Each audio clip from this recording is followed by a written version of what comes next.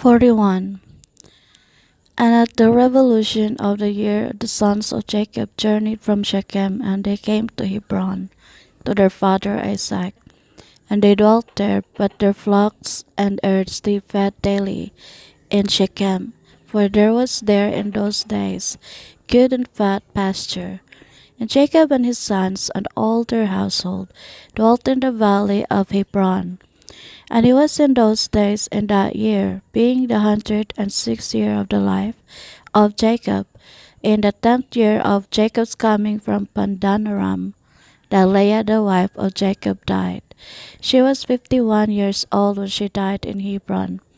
And Jacob and his sons buried her in the cave of the field of Machpelah, which is in Hebron, which Abraham bought from the children of Heth for the possession of a burial place. And the sons of Jacob dwelt with their father in the valley of Hebron, and all the inhabitants of the land with their strength and their fame went throughout the land. And Joseph the son of Jacob and his brother Benjamin the sons of Rachel, the wife of Jacob, who were yet young in those days, and did not go out with their brethren during their battles in all the cities of the Amorites. And when Joseph saw the strength of his brethren and their greatness, he praised them and extolled them. But he ranked himself greater than them, and extolled himself above them. And Jacob his father also loved him more than any of his sons, for he was a son of his old age. And through his love toward him, he made him a coat of many colors. And when Joseph saw that his father loved him more than his brethren, he continued to exalt himself above his brethren, and he brought unto his father evil reports concerning them. And the sons of Jacob, seeing the whole of Joseph's conduct toward them, and that their father loved him more than any of them, they hated him and could not speak peaceably to him all the days. And Joseph was 17 years old, and he was still magnifying himself above his brethren, and thought of raising himself above them. At that time he dreamed a dream, and he came unto his brothers and told them his dream. And he said unto them, I dreamed a dream, and behold, we were all binding sheaves in the field, and my sheaf rose and placed itself upon the ground, and your sheaves surrounded it and bowed down to it. And his brethren answered him and said unto him, What meaneth this dream that thou didst dream? Dost thou imagine in thy heart to reign or rule over us? And he still came and told the thing to his father Jacob, and Jacob kissed Joseph when he heard these words from his mouth, and Jacob blessed Joseph. And when the sons of Jacob saw that their father had blessed Joseph and had kissed him, and that he loved him exceedingly, they became jealous of him and hated him the more.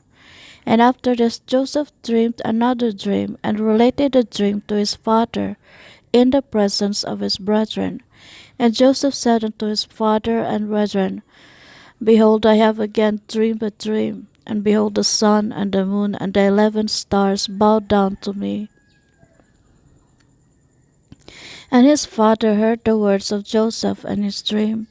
And seeing that his brethren hated Joseph on account of this matter, Jacob therefore rebuked Joseph before his brethren on account of this thing, saying, What meaneth this dream which thou hast dreamed, and this magnifying thyself before thy brethren, who are older than thou art?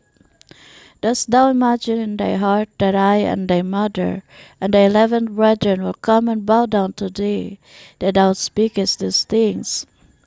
And his brethren were jealous of him on account of his words and dreams, and they continued to hate him. And Jacob reserved the dreams in his heart. And the sons of Jacob went one day to feed their father's flock in Shechem, for they were still herdsmen in those days. And whilst the sons of Jacob were that day feeding in Shechem, they delayed, and the time of gathering in the cattle was past, and they had not arrived. And Jacob saw that his sons were delayed in Shechem, and Jacob said within himself, Peradventure the people of Shechem have risen up to fight against them. Therefore they have delayed coming this day. And Jacob called Joseph his son, and commanded him, saying, Behold, thy brethren are feeding in Shechem this day, and behold, they have not yet come back. Go now therefore and see where they are, and bring me word back concerning the welfare of thy brethren, and the welfare of the flock. And Jacob sent his son Joseph to the valley of Hebron. And Joseph came for his brothers to Shechem, and could not find them. And Joseph went about the field, which was near Shechem, to see where his brothers had turned. And he missed his road in the wilderness, and knew not which way he should go. And an angel of the Lord found him wandering in the road toward the field. And Joseph said unto the angel of the Lord, I seek my brethren. Hast thou not heard where they are feeding? And the angel of the Lord said unto Joseph, I saw thy brethren feeding here, and I heard them say, They would go to feed in Dothan. And Joseph hearkened to the voice of the angel of the Lord, and he went to his brethren in Dothan, and he found them in Dothan feeding the flock. And Joseph advanced to his brethren, and before he had come nigh unto them, they had resolved to slay him. And Simeon said to his brethren, Behold, the man of dreams is coming unto us this day. And now therefore come and let us kill him and cast him in one of the pits that are in the wilderness. And when his father shall seek him from us, we will say an evil beast has devoured him. And Reuben heard the words of his brethren concerning Joseph, and he said unto them, You should not do this thing, for how can we look up to our father Jacob? Cast him into this pit to die there, but stretch not forth a hand upon him to spill his blood. And Reuben said this in order to deliver him from their hand, to bring him back to his father. And when Joseph came to his brethren, he sat before them.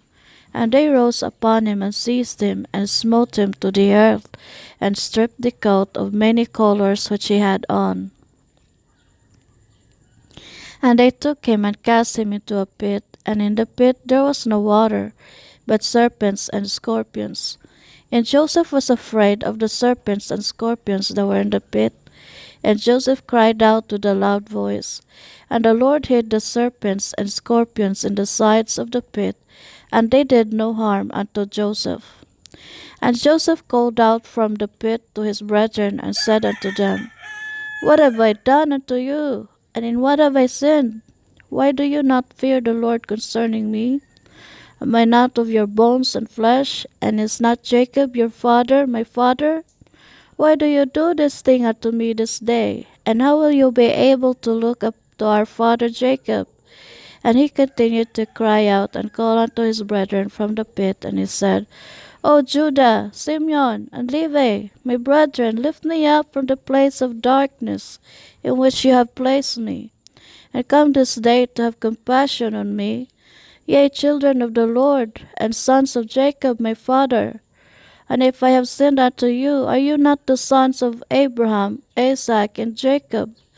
If they saw an orphan, they had compassion over him, or one that was hungry, they gave him bread to eat, or one that was thirsty, they gave him water to drink, or one that was naked, they covered him with garments. And how then will you withhold your pity from your brother? For I am of your flesh and bones, and if I have sinned unto you, surely you will do this on account of my father. And Joseph spoke these words from the pit, and his brethren could not listen to him, nor incline their ears to the words of Joseph. And Joseph was crying and weeping in the pit. And Joseph said, Oh, that my father knew this day the act which my brothers have done unto me, and the words which they have this day spoken unto me. And all his brethren heard his cries and weeping in the pit. And his brethren went and removed themselves from the pit, so that they might not hear the cries of Joseph and his weeping in the pit. 42. And they went and sat on the opposite side, about the distance of a bowshot. And they sat there to eat bread. And whilst they were eating, they held counsel together what was to be done with him. whether to slay him or to bring him back to his father. They were holding the council, when they lifted up their eyes and saw, and behold, there was a company of Ishmaelites coming at a distance by the road of Gilead, going down to Egypt. And Judah said unto them, What gain will it be to us if we slay our brother? Peradventure God will require him from us. This then is the counsel proposed concerning him, which you shall do unto him. Behold, this company of Ishmaelites going down to Egypt. Now therefore come, let us dispose of him to them, and let not our hand be upon him. And they will lead him along with them, and he will be lost among the people of the land, and we will not put him to death with our own hands. And the proposal pleased his brethren, and they did according to the word of Judah. And whilst they were discoursing about this matter, and before the company of Ishmaelites had come up to them, 7 trading men of Midian passed by them. And as they passed, they were thirsty. And they lifted up their eyes, and saw the pit in which Joseph was immured.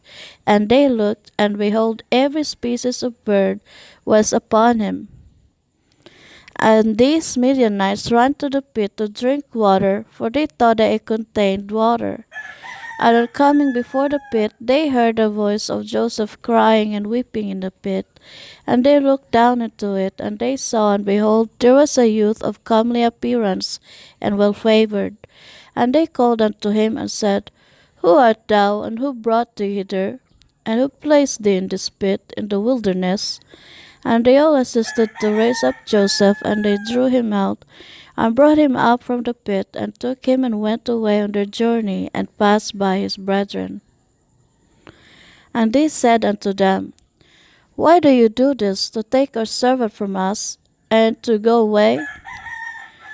Surely we placed this youth in the pit because he rebelled against us, and you come and bring him up and lead him away. Now then give us back our servant. And the Midianites answered and said unto the sons of Jacob, Is this your servant, or does this man attend you? Peradventure you are all his servants, for he is more comely and well favored than any of you. Or why do you all speak falsely unto us? Now therefore we will not listen to your words nor attend to you, for we found a youth in the pit in the wilderness, and we took him. We will therefore go on. And all the sons of Jacob approached them, and rose up to them, and said unto them, Give us back our servant, and why will you all die by the edge of the sword?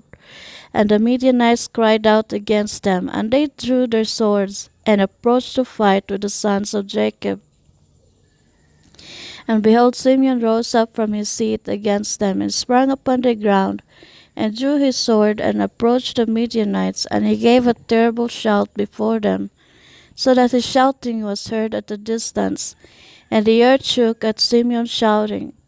And the Midianites were terrified on account of Simeon and the noise of his shouting, and they fell upon their faces, and were excessively alarmed. And Simeon said unto them, Verily I am Simeon, the son of Jacob the Hebrew, who have only with my brother destroyed the city of Shechem and the cities of the Amorites. So shall God moreover do unto me, that if all your brethren the people of Midian, and also the kings of Canaan were to come with you, they could not fight against me. Now therefore give us back the youth whom you have taken, lest I give your flesh to the birds of the skies and the beasts of the earth. And the Midianites were more afraid of Simeon, and they approached the sons of Jacob with terror and fright, and with pathetic words, saying, Surely you have said that the young man is your servant, and that he rebelled against you, and therefore you place him in the pit. What then will you do with the servant who rebels against his master? Now therefore sell him unto us, and we will give you all that you require for him.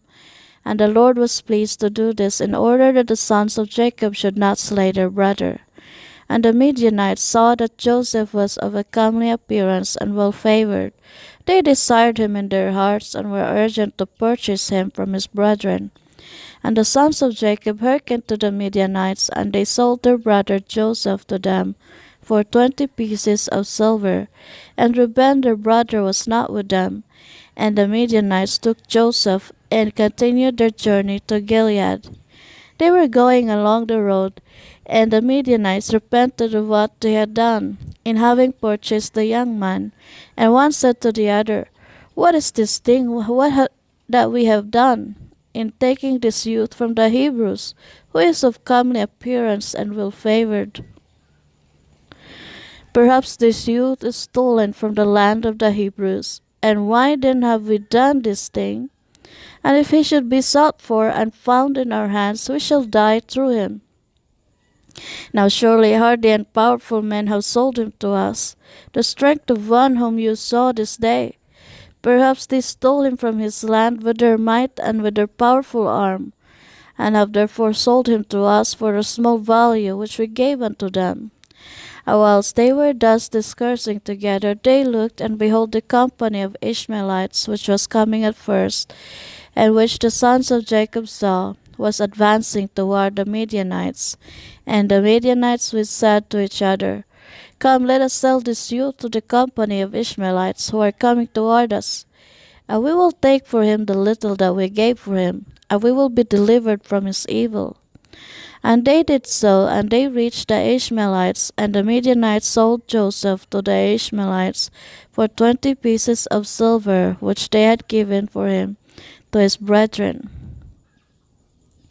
And the Midianites went on their road to Gilead, and the Ishmaelites took Joseph, and they let him ride upon one of the camels, and they were leading him to Egypt. And Joseph heard that the Ishmaelites were proceeding to Egypt, and Joseph lamented and wept at this thing, that he was to be so far removed from the land of Canaan, from his father, and he wept bitterly whilst he was riding upon the camel. And one of their men observed him, and made him go down from the camel and walk on foot. And notwithstanding this, Joseph continued to cry and weep, and he said, "Oh, my father, my father!" And one of the Ishmaelites rose up and smote Joseph upon the cheek, and still he continued to weep. And Joseph was fatigued in the road, and was unable to proceed on account of the bitterness of his soul. And they all smote him, and afflicted him in the road, and they terrified him in order that he might cease from weeping.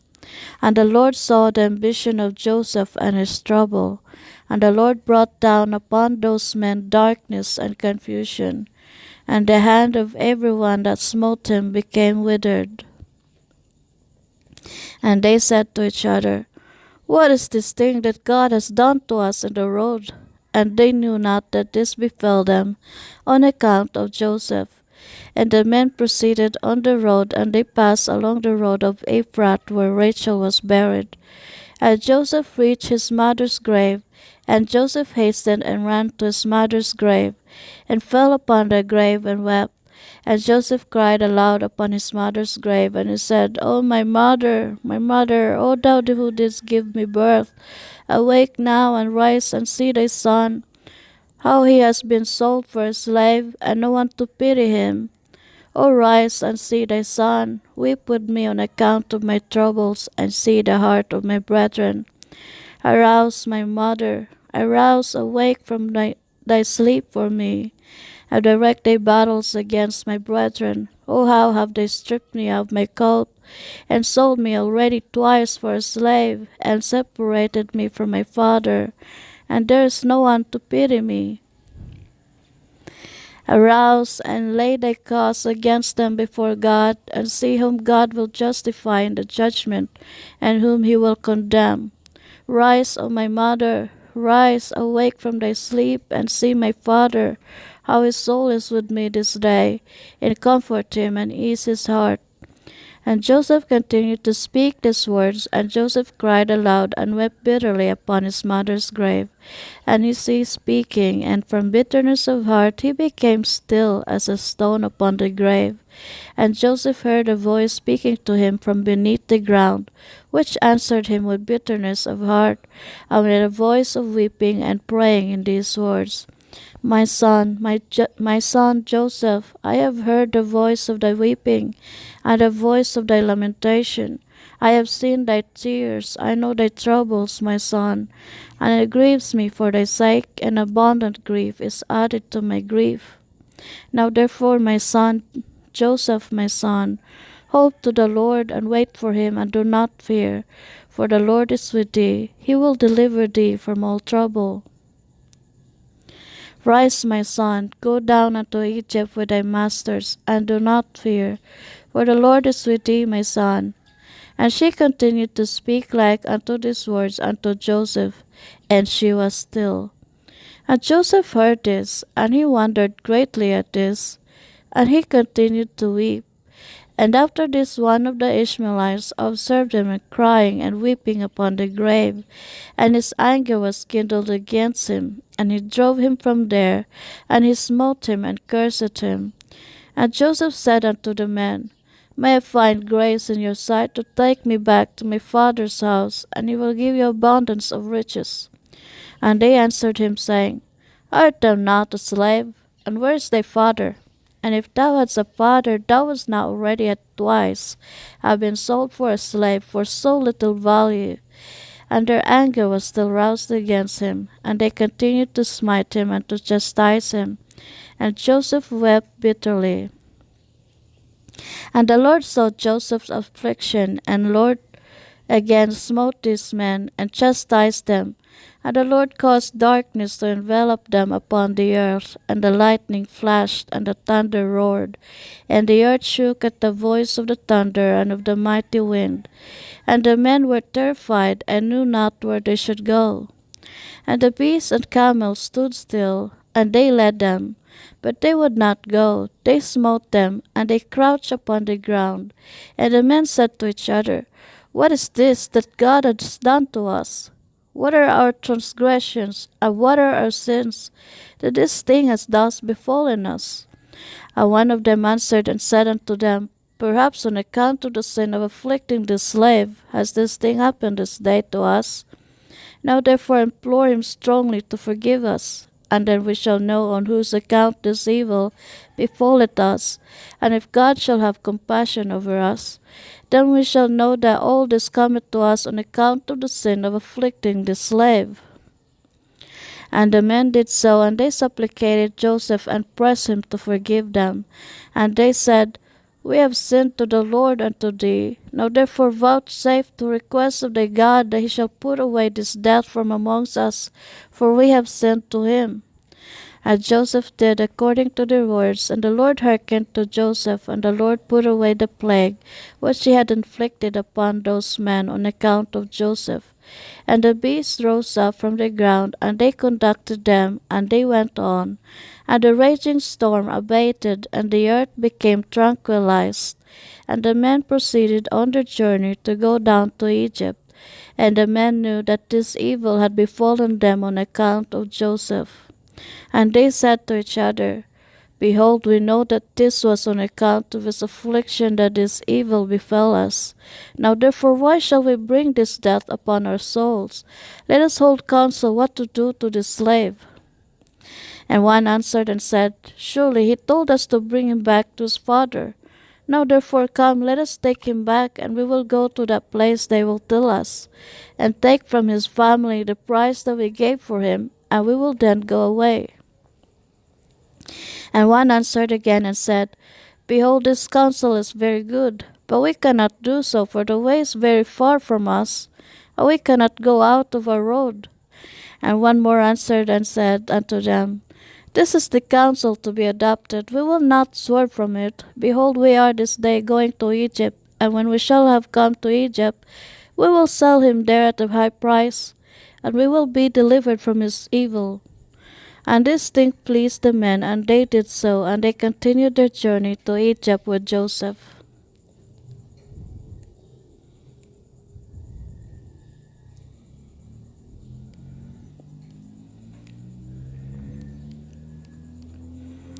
Yep, it's no 43. 44.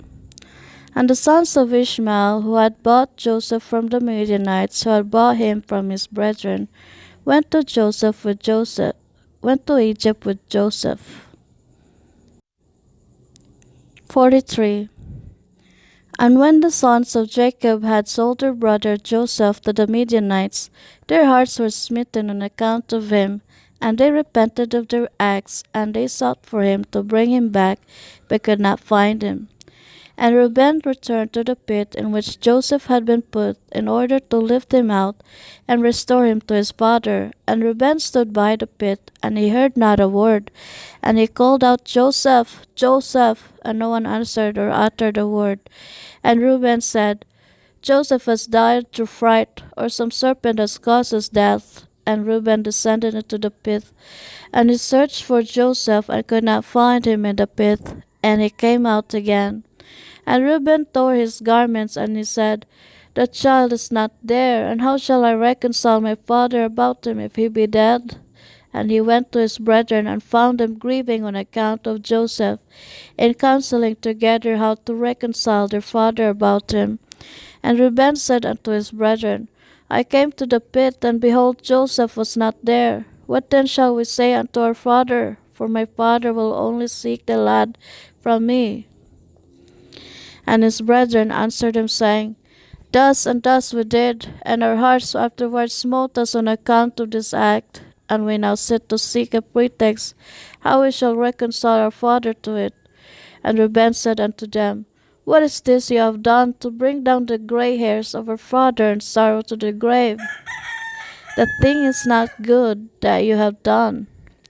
And Reuben sat with them, and they all rose up and swore to each other not to tell this thing unto Jacob. And they all said, The man who will tell this to our father or his household, or who will report this to any of the children of the land, we will all rise up against him and slay him with a sword. And the sons of Jacob feared each other in this matter, from the youngest to the oldest. And no one spoke a word, and they concealed the thing in their hearts. And they all afterward sat down to determine and invent something to say unto their father Jacob concerning all these things. And Issachar said unto them, Here is an advice for you, if it seem good in your eyes to do this thing. Take the goat which belongeth to Joseph, and tear it, and kill a kid of the goats, and dip it in his blood, and send it to our father. And when he seeth, he will say, An evil beast has devoured him. Therefore tear ye his coat, and behold, his blood will be upon his coat, and by your doing this we shall be free of our father's murmurings. And Issachar's advice pleased them, and they hearkened unto him, and they did according to the word of Issachar, which he had counselled them. And they hastened and took Joseph's coat and tore it, and they killed the kid of the goats, and dipped the coat in the blood of the kid, and then trampled it in the dust. And they sent the coat to their father Jacob by the hand of Naphtali. And they commanded him to say these words, We had gathered in the cattle, and had come as far as the road to Shechem, and farther, when we found this coat upon the road in the wilderness, dipped in blood and in dust. Now therefore know whether it be thy son's coat or not. And Naphtali went, and he came unto his father, and he gave him the coat, and he spoke unto him all the words which his brethren had commanded him. And Jacob saw Joseph's coat, and he knew it, and he fell upon his face to the ground, and became as still as a stone. And he afterward rose up and cried out with a loud and weeping voice, and he said, It is the coat of my son Joseph. And Jacob hastened and sent one of his servants to his sons, who went to them and found them coming along the road with a flock. And the sons of Jacob came to their father about evening, and behold, their garments were torn, and dust was upon their heads. And they found their father crying out and weeping with a loud voice. And Jacob said unto his sons, Tell me truly, what evil have you this day suddenly brought upon me? And they answered their father Jacob, saying, We were coming along this day after the flock had been gathered in, and we came as far as the city of Shechem by the road in the wilderness, and we found this coat filled with blood upon the ground. And we knew it, and we sent unto thee if thou couldst know it. And Jacob heard the words of his sons, and he cried out with a loud voice, and he said, It is the coat of my son, an evil beast has devoured him. Joseph is rent in pieces. For I sent him this day to see whether it was well with you, and well with the flocks, and to bring me word again from you. And he went as I commanded him, and this has happened to him this day, whilst I thought my son was with you.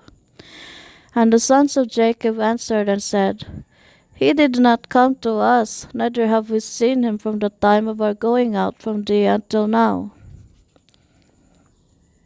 And when Jacob heard their words, he again cried out loud, and he rose up and tore his garments, and he put sackcloth upon his loins. And he wept bitterly, and he mourned and lifted up his voice in weeping, and exclaimed and said these words, Joseph, my son, O my son Joseph, I sent thee this day after the welfare of thy brethren. And behold, thou hast been torn in pieces. Through my hand has this happened to my son. It grieves me for thee, Joseph, my son. It grieves me for thee. How sweet wast thou to me during life, and now how exceedingly bitter is thy death to me. Oh, that I had died in thy stead, Joseph, my son. For it grieves me sadly for thee, my son, O my son, my son. Joseph, my son, where art thou? Or where hast thou been withdrawn? Arouse, arouse from thy place, and come and see my grief for thee, O my son Joseph. Come now and number the tears gushing from my eyes down my cheeks, and bring them up before the Lord, that his anger may turn from me. O Joseph, my son, how didst thou fall by the hand of one by whom no one had fallen from the beginning of the world unto this day? For thou hast been put to death by the smiting of an enemy, inflicted with cruelty. But surely I know that this has happened to thee, on account of the multitude of my sins. Arouse now and see how bitter is my trouble for thee, my son.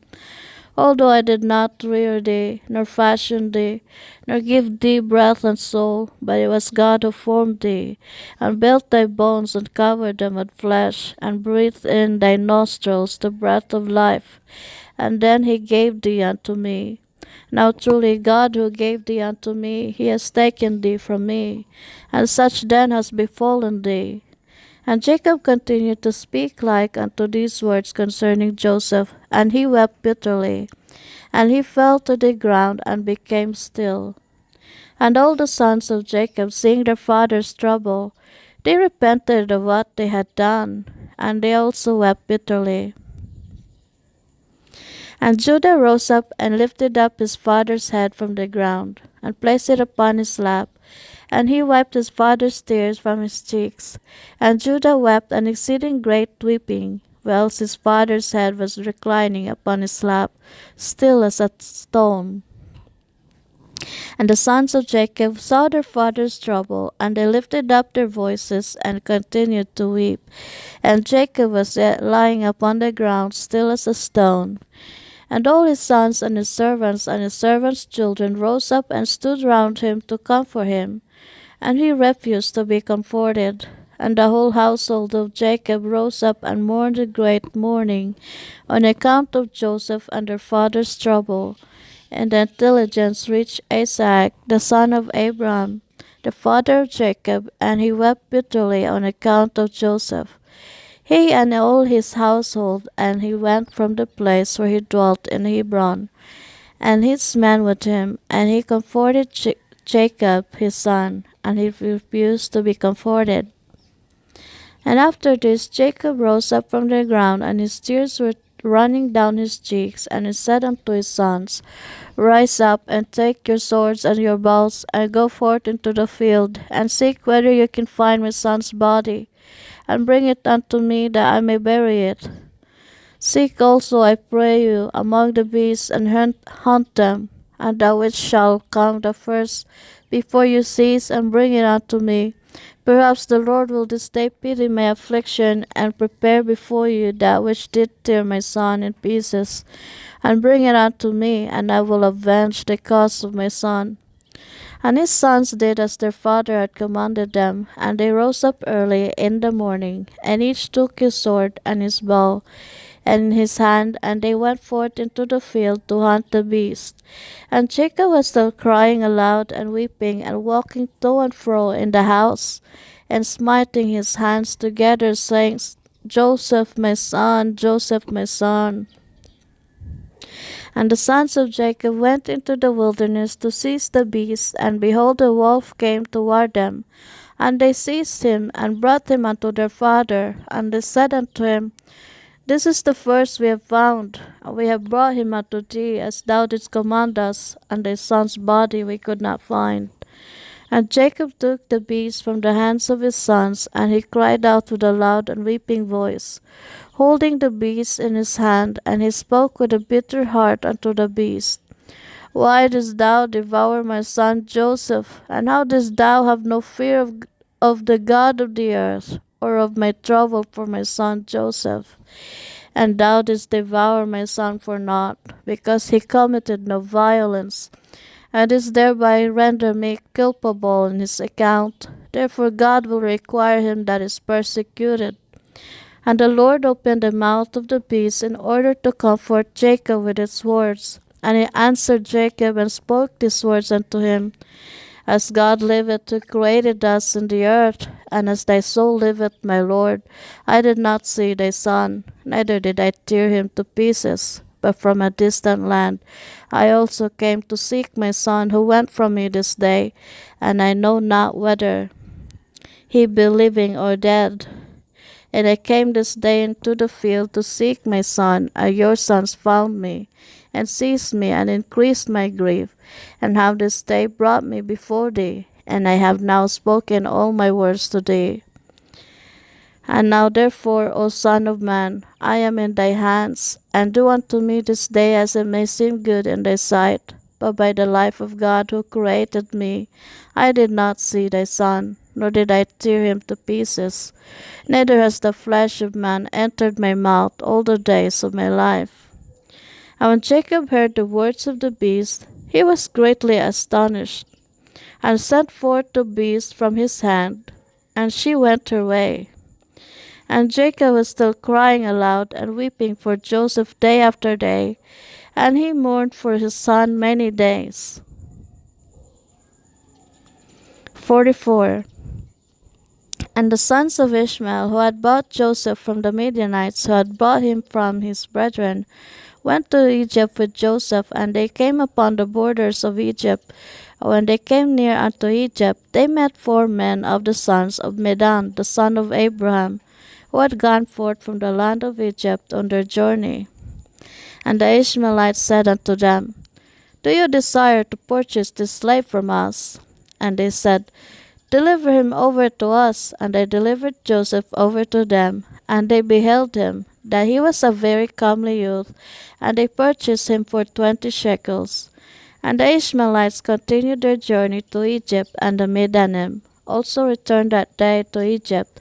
And the Midianim said to each other, Behold, we have heard that Potiphar, an officer of Pharaoh, captain of the guard, seeketh a good servant who shall stand before him to attend him, and to make him overseer over his house, and all belonging to him. Now therefore come, let us sell him to him for what we may desire, if he be able to give unto us that which we shall require for him. And this Midianim went and came to the house of Potiphar, and said unto him, We have heard that thou seekest a good servant to attend thee. Behold, we have a servant that will please thee, if thou canst give unto us that which we may desire, and we will sell him unto thee. And Potiphar said, Bring him before me, and I will see him. And if he please me, I will give unto you that which you may require for him. And the Midianim went and brought Joseph, and placed him before Potiphar. And he saw him, and he pleased him exceedingly. And Potiphar said unto them, Tell me, what do you require for this youth? And they said, 400 pieces of silver we desire for him. And Potiphar said, I will give it you if you bring me the record of this sale to you, and will tell me his history, for perhaps he may be stolen. For this youth is neither a slave, nor the son of a slave, but I have served him the appearance of a goodly and handsome person. And the Midianim went and brought unto him the Ishmaelites who had sold him to them, and they told him, saying, He is a slave, and we sold him to them. And Potiphar heard the words of the Ishmaelites in his giving the silver unto the Midianim. And the Midianim took the silver and went on their journey, and the Ishmaelites also returned home. And Potiphar took Joseph and brought him to his house that he might serve him. And Joseph found favor in the sight of Potiphar, and he placed confidence in him, and made him overseer over his house. And all that belonged to him he delivered over into his hand. And the Lord was with Joseph, and he became a prosperous man. And the Lord blessed the house of Potiphar for the sake of Joseph. And Potiphar left all that he had in the hand of Joseph, and Joseph was one that caused things to come in and go out, and everything was regulated by his wish in the house of Potiphar. And Joseph was 18 years old, a youth with beautiful eyes and of comely appearance, and like unto him was not in the whole land of Egypt. At that time, whilst he was in his master's house, going in and out of the house, and attending his master, Zelicah, his master's wife, lifted up her eyes toward Joseph, and she looked at him, and behold, he was a youth comely and well favored. And she coveted his beauty in her heart, and her soul was fixed upon Joseph. And she enticed him day after day, and Zelicah persuaded Joseph daily. But Joseph did not lift up his eyes to behold his master's wife. And Zelicah said unto him, How goodly are thy appearance and form! Truly I have looked at all the slaves, and have not seen so beautiful a slave as thou art. And Joseph said unto her, Surely he who created me in my mother's womb created all mankind. And she said unto him, How beautiful are thine eyes, with which thou hast bedazzled all the inhabitants of Egypt, men and women. And he said unto her, How beautiful they are whilst we are alive, but shouldst thou behold them in the grave, surely thou wouldst move away from them. And she said unto him, How beautiful and pleasing are all thy words! Take now, I pray thee, the harp which is in the house, and play with thy hands, and let us hear thy words. And he said unto her, How beautiful and pleasing are my words when I speak the praise of my God and his glory. And she said unto him, How very beautiful is the hair of thy head! Behold the golden comb which is in the house, take it, I pray thee, and curl the hair of thy head.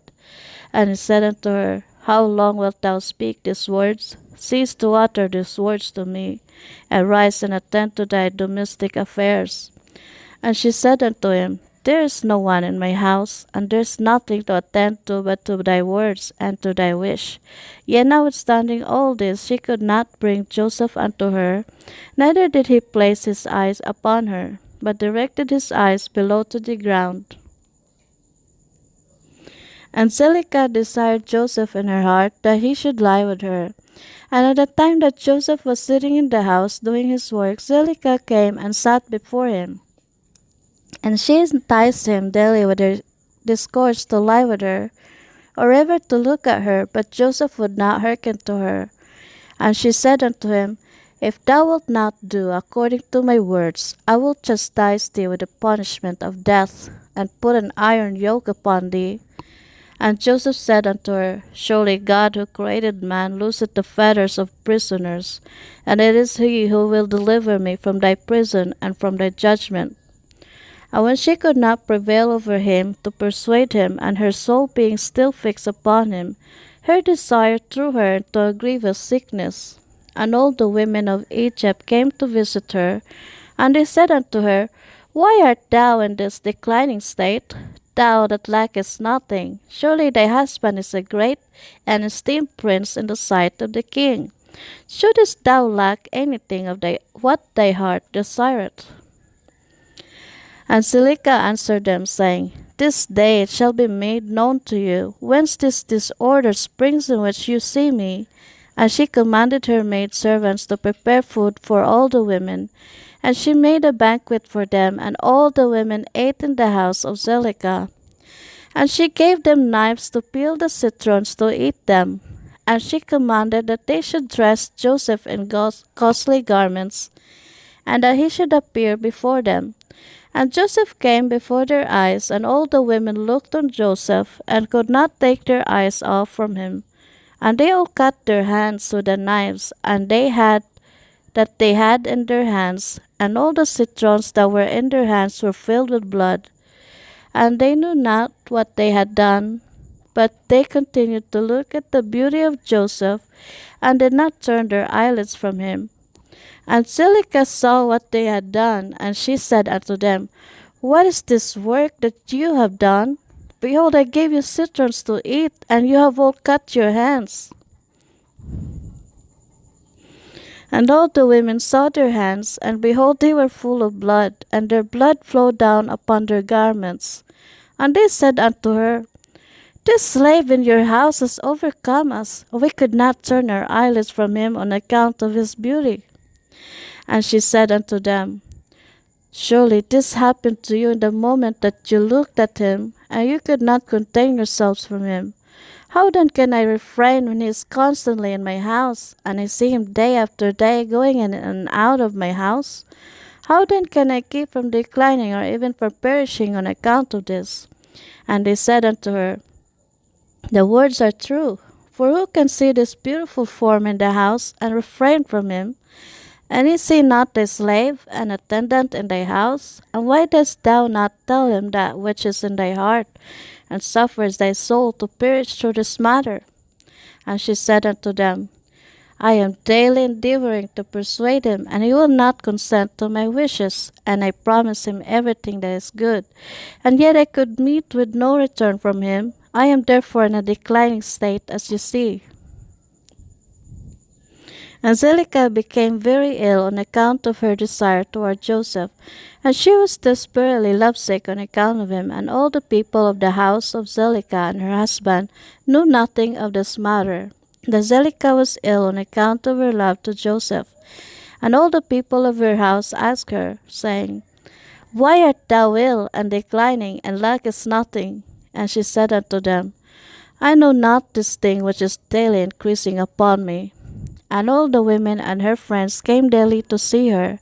And they spoke with her, and she said unto them, This can only be through the love of Joseph. And they said unto her, Entice him and seize him secretly, perhaps he may hearken to thee, and put off this death from thee.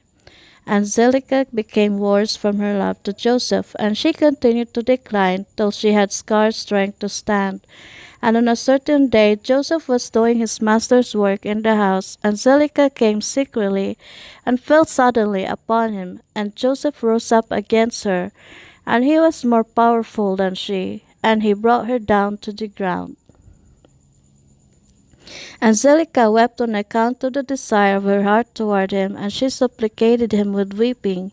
And her tears flowed down her cheeks, and she spoke unto him in a voice of supplication and in bitterness of soul, saying, Hast thou ever heard, seen, or known of so beautiful a woman as I am, or better than myself, who speak daily unto thee, fall into decline through love for thee, confer all this honor upon thee, and still thou wilt not hearken to my voice? And if it be through fear of thy master, lest he punish thee, as the king liveth, no harm shall come to thee from thy master. Through this thing, now therefore pray listen to me, and consent for the sake of the honor which I have conferred upon thee, and put off this death from me. And why should I die for thy sake? And she ceased to speak. And Joseph answered her, saying, Refrain from me, and leave this matter to my master. Behold, my master knoweth not what there is with me in the house, for all that belongeth to him he has delivered into my hand. And how shall I do these things in my master's house? For he had also greatly honored me in his house, and he had also made me overseer over his house, and he had exalted me, and there is no one greater in this house than I am, and my master had refrained nothing from me, excepting thee who art his wife. How then canst thou speak these words unto me? And how can I do this great evil and sin to God unto thy husband? Now therefore refrain from me, and speak no more such words as these, for I will not hearken to thy words. But Zelica would not hearken to Joseph when he spoke these words unto her, but she daily enticed him to listen to her. And it was after this that the brook of Egypt was filled above all its sides, and all the inhabitants of Egypt went forth. And also the king and princes went forth with timbrels and dances, for it was a great rejoicing in Egypt, and a holiday at the time of the inundation of the sea Sihor. And they went there to rejoice all the day. And when the Egyptians went out to the river to rejoice, as was their custom, all the people of the house of Potiphar went with them. But Zuleika would not go with them, for she said, I am indisposed. And she remained alone in the house, and no other person was with her in the house. And she rose up and ascended to her temple in the house, and dressed herself in princely garments. And she placed upon her head precious stones of onyx stones, inlaid with silver and gold. And she beautified her face and skin with all sorts of women's purifying liquids. And she perfumed the temple and the house with cassia and frankincense. And she spread myrrh and aloes, and she afterwards sat in the entrance of the temple, in the passage of the house, through which Joseph passed to do his work. And behold, Joseph came from the field, and entered the house to do his master's work. And he came to the place through which he had to pass, and he saw all the work of Zuleika, and he turned back. And Zuleika saw Joseph turning back from her, and she called out to him, saying, What aileth thee, Joseph? Come to thy work, and behold, I will make room for thee until thou shalt have passed to thy seat. And Joseph returned and came to the house, and passed from thence to the place of his seat. And he sat down to do his master's work as usual. And behold, Zuleika came to him and stood before him in princely garments, and the scent from her clothes was spread to a distance. And she hastened and caught hold of Joseph and his garments, and she said unto him, As the king liveth, if thou wilt not perform my request, thou shalt die this day. And she hastened and stretched forth her other hand, and drew a sword from beneath her garments, and she placed it upon Joseph's neck. And she said, Rise and perform my request, and if not, thou diest this day. And Joseph was afraid of her at her doing this thing, and he rose up to flee from her. And she seized the front of his garments, and in the terror of his flight, the garment which Zuleika seized was torn. And Joseph left the garment in the hand of Zuleika, and he fled and got out, for he was in fear. And when Zuleika saw that Joseph's garment was torn, and that he had left it in her hand, and had fled, she was afraid of her life, lest the report should spread concerning her. And she rose up and acted with cunning, and put off the garments in which she was dressed, and she put on her other garments. And she took Joseph's garment, and she laid it beside her. And she went and seated herself in the place where she had sat in her illness, before the people of her house had gone out to the river. And she called a young lad who was then in the house, and she ordered him to call the people of the house to her. And when she saw them, she said unto them with a loud voice and lamentation, See what a Hebrew your master has brought to me in the house, for he came this day to lie with me. For when you had gone out, he came to the house, and seeing that there was no person in the house, he came unto me, and caught hold of me, with intent to lie with me. And I seized his garments, and tore them, and called against him with a loud voice. And when I had lifted up my voice, he was afraid of his life, and left his garment before me, and fled. And the people of her house spoke nothing. But their wrath was very much kindled against Joseph, and they went to his master, and told him the words of his wile. And Potiphar came home in rage, and his wife cried out to him, saying, What is this thing that thou hast done unto me in bringing a Hebrew servant into my house? For he came unto me this day to sport with me. Thus did he do unto me this day.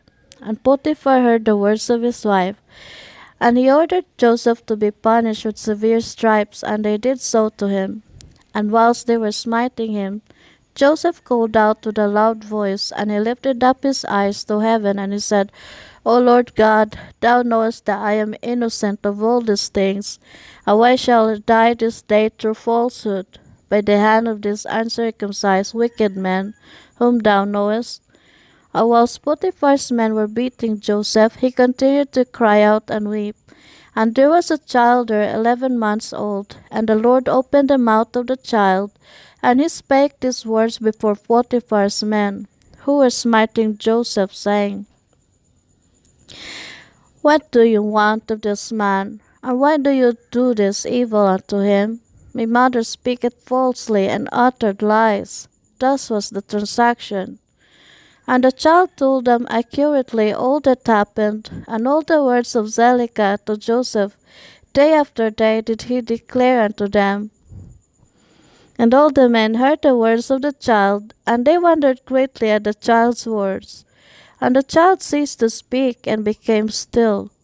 And Potiphar was very much ashamed at the words of his son, and he commanded his men not to beat Joseph any more. And the men ceased beating Joseph, and Potiphar took Joseph, and ordered him to be brought to justice before the priests, who were judges belonging to the king, in order to judge him concerning this affair. And Potiphar and Joseph came before the priests, who were the king's judges, and he said unto them, Decide, I pray you, what judgment is due to a servant, for thus has he done. And the priest said unto Joseph, Why didst thou do this thing to thy master?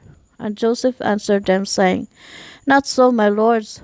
Thus was the matter. And Potiphar said unto Joseph, Surely I entrusted in thy hands all that belongeth to me, and I withheld nothing. And I withheld nothing from thee but my wife, and how couldst thou do this evil? And Joseph answered, saying, Not so, my lord. As the Lord liveth, and as thy soul liveth, my lord, the word which thou didst hear from thy wife is untrue. For thus was the affair this day. A year has elapsed to me since I have been in thy house. Hast thou seen any iniquity in me, or anything which might cause thee to demand my life? And the priest said unto Potiphar, Send, we pray thee, and let them bring before us Joseph's torn garment, and let us hear the tear in it. And if it shall be that the tear is in the front of the garment, then his face must have been opposite to her, and she must have caught hold of him, to come to her, and with deceit to thy wife do all that she has spoken. And they brought Joseph's garment before the priests who were judges, and they saw, and behold, the tear was in front of Joseph. And all the judging priests knew that she had pressed him, and they said, The judgment of death is not due to the slave, for he has done nothing, but his judgment is that he be placed in the prison house on account of the report which through him has gone forth against thy wife. And Potiphar heard the words, and he placed him in the prison house, the place where the king's prisoners are confined. And Joseph was in the house of confinement 12 years. And notwithstanding this, his master's wife did not turn from him, and she did not cease from speaking to him day after day to hearken to her. And at the end of 3 months, Zelicah continued going to Joseph to the house of confinement, day by day. And she enticed him to hearken to her. And Zelicah said unto Joseph, How long wilt thou remain in this house? But hearken now to my voice, and I will bring thee out of this house. And Joseph answered her, saying, It is better for me to remain in this house than to hearken to thy words, to sin against God. And she said unto him, If thou wilt not perform my wish, I will pluck out thine eyes, add fetters to thy feet, and will deliver thee into the hands of them whom thou didst not know before. And Joseph answered her and said, Behold, the God of the whole earth is able to deliver me from all that thou canst do unto me. For he opened the eyes of the blind, and looseth those that are bound, and preserveth all strangers who are unacquainted with the land. And when Zelicah was unable to persuade Joseph to hearken to her, she left off going to entice him. And Joseph was still confined in the house of confinement. And Jacob the father of Joseph, and all his brethren who were in the land of Canaan, still mourned and wept in those days on account of Joseph. For Jacob refused to be comforted for his son Joseph. And Jacob cried aloud, and wept and mourned all those days. 45. And it was at the time in that year, which is the year of Joseph's going down to Egypt after his brothers had sold him, that Reuben the son of Jacob went to Timnah and took unto him for a wife Elioram, the daughter of Avi the Canaanite. And he came to her, and Elioram the wife of Reuben conceived, and bare him Hanok, Palut, Jethron, and Carmi, 4 sons. And Simeon his brother took his sister Dinah for a wife, and she bare unto him Memuel, Yamin, Ohad, Jachin, and Jukar, 5 sons. And he afterward came to Bunah, the Canaanite woman, the same is Bunah, whom Simeon took captive from the city of Shechem. And Bunah was before Dinah, and attended upon her. And Simeon came to her, and she bare unto him Saul. And Judah went at the time to Adullam, and he came to a man of Adullam, and his name was Hira. And Judah saw her the daughter of a man from Canaan, and her name was Aliath, the daughter of Shua. And he took her, and came to her, and Aliath bare unto Judah Onan, and Shiloh, 3 sons. And Levi and Issachar went to the land of the east, and they took unto themselves for wives the daughters of Jobab the son of Joktan, the son of Eber. And Jobab the son of Joktan had 2 daughters. The name of the elder was Adinah, and the name of the younger was Arida. And Levi took Adinah, and Issachar took Arida, and they came to the land of Canaan, to their father's house. And Adinah bare unto Levi Gershon, Kehath, and Merari, 3 sons. And Arida bare unto Issachar Tola, Puvah, Job, and Shomron, 4 sons. And Dan went to the land of Moab, and took for a wife Aplaleth, the daughter of Chamudan, the Moabite, and he brought her to the land of Canaan. And Aplaleth was barren, she had no offspring. And God afterward remembered Aplaleth, the wife of Dan, and she conceived and bare a son, and she called his name Joshim.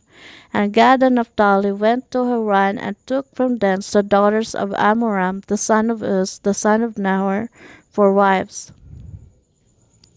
And these are the names of the daughters of Amram. The name of the elder was Mirima, and the name of the younger Uzeth. And Naphtali took Mirima, and Gad took Uzeth, and brought them to the land of Canaan, to their father's house. And Mirima bare unto Naphtali Yachiel, Guni, Jezer, and Shalem, 4 sons. And Ozeth bare unto Gad Ziphion, Chagi, Shuni, Isbon, Eri, Arodi, and Debrali, 7 sons.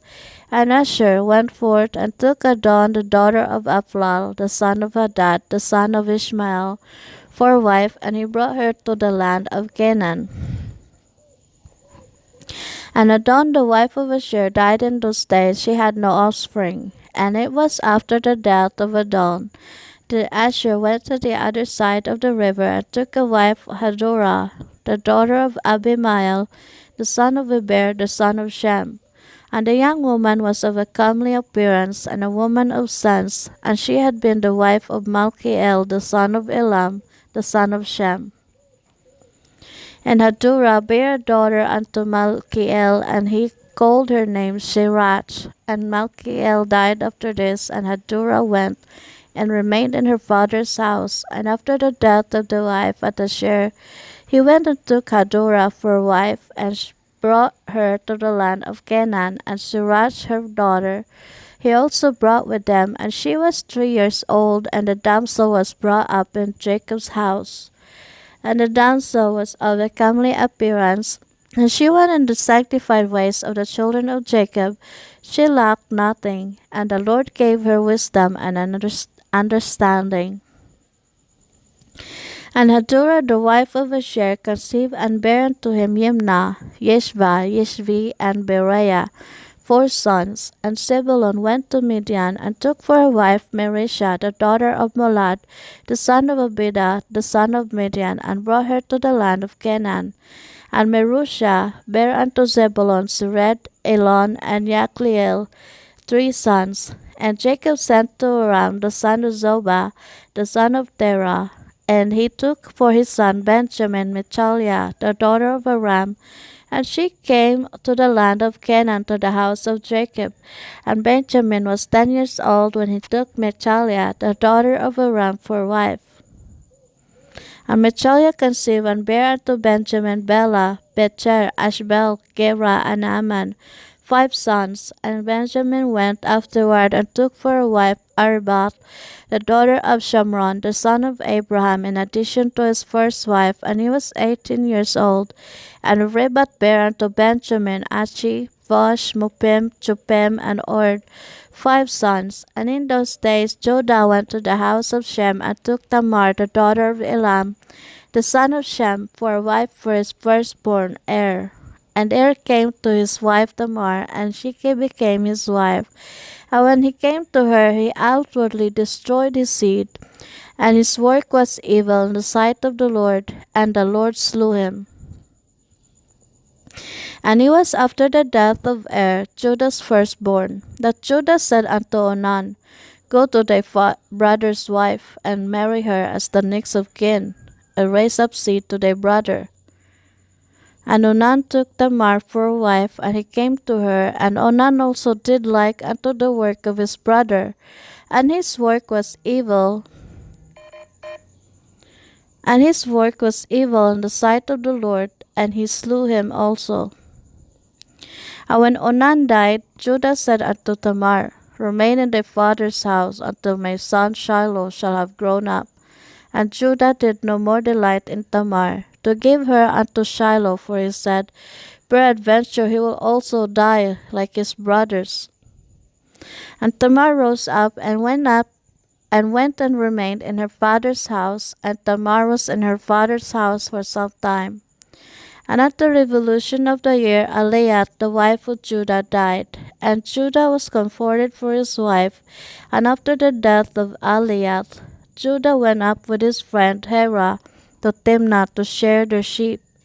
And Tamar heard that Judah had gone up to Timnah to shear the sheep, and that Shiloh was grown up, and Judah did not delight in her.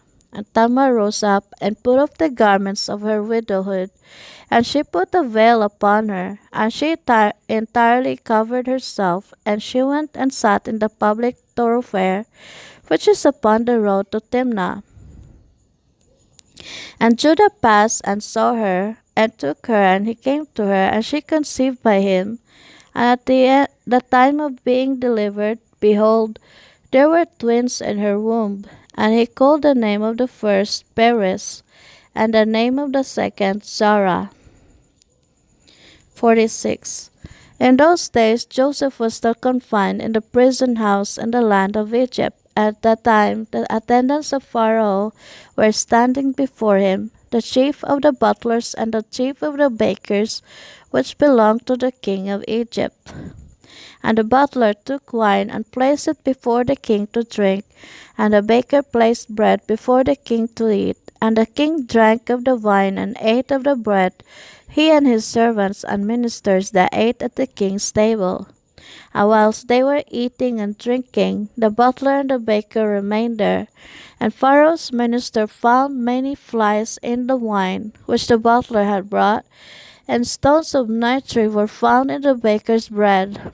And the captain of the guard placed Joseph as an attendant of Pharaoh's officers, and Pharaoh's officers were in confinement 1 year.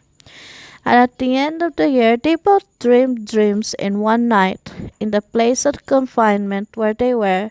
And in the morning Joseph came to them to attend upon them as usual, and saw them, and behold, their countenances were dejected and sad.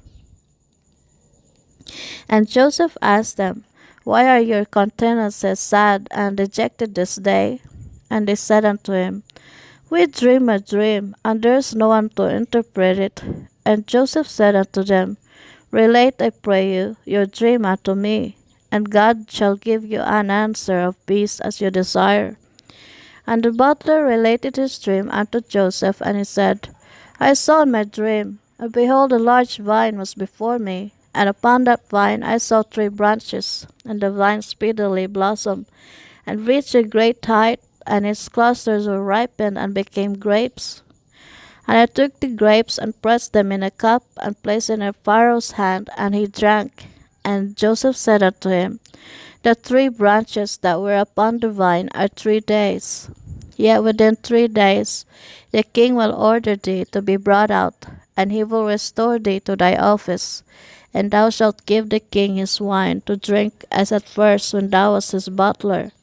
But let me find favor in thy sight, that thou shalt remember me to Pharaoh when it will be well with thee, and do kindness unto me, and get me brought forth from this prison.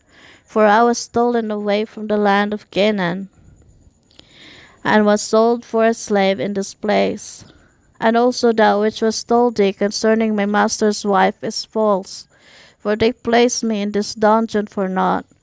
And the butler answered Joseph, saying, If the king deal well with me, as at first, as thou last interpreted to me, I will do all that thou desirest, and get thee brought out of this dungeon. And the baker, seeing that Joseph had accurately interpreted the butler's dream, also approached and related the whole of his dream to Joseph. And he said unto him, In my dream I saw, behold, 3 white baskets upon my head. And I looked, and behold, there were in the uppermost basket all manner of baked meats for Pharaoh. And behold, the birds were eating them up from my head. And Joseph said unto him, The 3 baskets which thou didst see are 3 days. Yet within 3 days Pharaoh will take off thy head, and hang thee upon a tree. And the birds will eat thy flesh from off thee, as thou sawest in thy dream. In those days the queen was about to be delivered, and upon that day she bare a son unto the king of Egypt. And they proclaimed that the king had gotten his firstborn son. All the people of Egypt together with the officers and servants of Pharaoh rejoiced greatly. And upon the 3rd day of his birth Pharaoh made a feast for his officers and servants, for the host of the land of Zoar, and of the land of Egypt. And all the people of Egypt and the servants of Pharaoh came to eat and drink with the king at the feast of his son, and to rejoice at the king's rejoicing. And all the officers of the king and his servants were rejoicing at the time for 8 days at the feast. And they made merry with all sorts of musical instruments, with timbrels and with dances, in the king's house for 8 days. And the butler to whom Joseph had interpreted his dream forgot Joseph, and he did not mention him to the king as he had promised. For this thing was from the Lord in order to punish Joseph, because he had trusted in man. And Joseph remained after this in the prison house 2 years, until he had completed 12 years.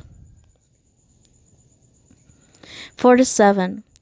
And Isaac the son of Abraham was still living in those days in the land of Canaan. He was very aged, and 180 years old. And Esau his son, the brother of Jacob, was in the land of Edom, and he and his sons had possessions in it amongst the children of Seir.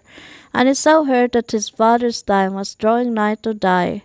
And he and his sons and household came unto the land of Canaan, unto his father's house. And Jacob and his sons went forth from the place where they dwelt in Hebron. And they all came to their father Isaac. And they found Esau and his sons in the tent. And Jacob and his sons sat before his father Isaac, and Jacob was still mourning for his son Joseph. And Isaac said unto Jacob, Bring me hither thy sons, and I will bless them. And Jacob brought his 11 children before his father Isaac.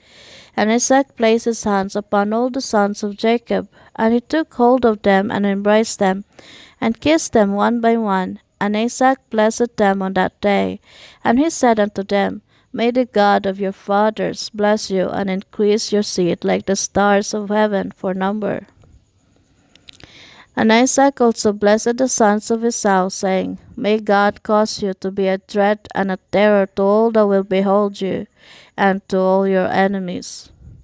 And Isaac called Jacob and his sons, and they all came and sat before Isaac.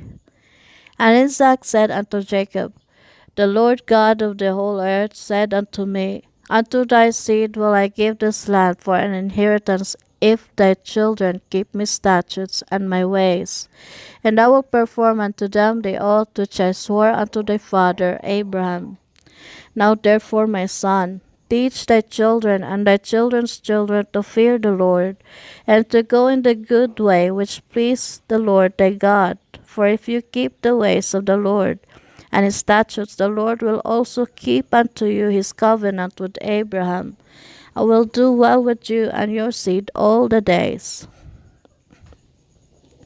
And when Isaac had finished commanding Jacob and his children, he gave up the ghost and died, and was gathered unto his people.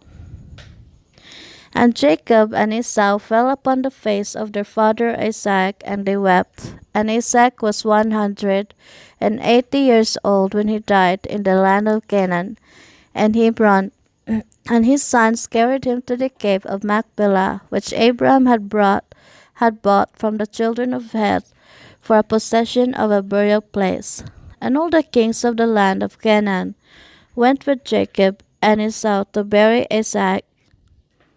And all the kings of Canaan showed Isaac great honor at his death. And the sons of Jacob and the sons of Esau went barefooted round about, walking and lamenting, until they reached Kiriath-arba. And Jacob and Esau buried their father Isaac in the cave of Machpelah, which is in Kiriath-arba in Hebron. And they buried him with very great honor, as at the funeral of kings.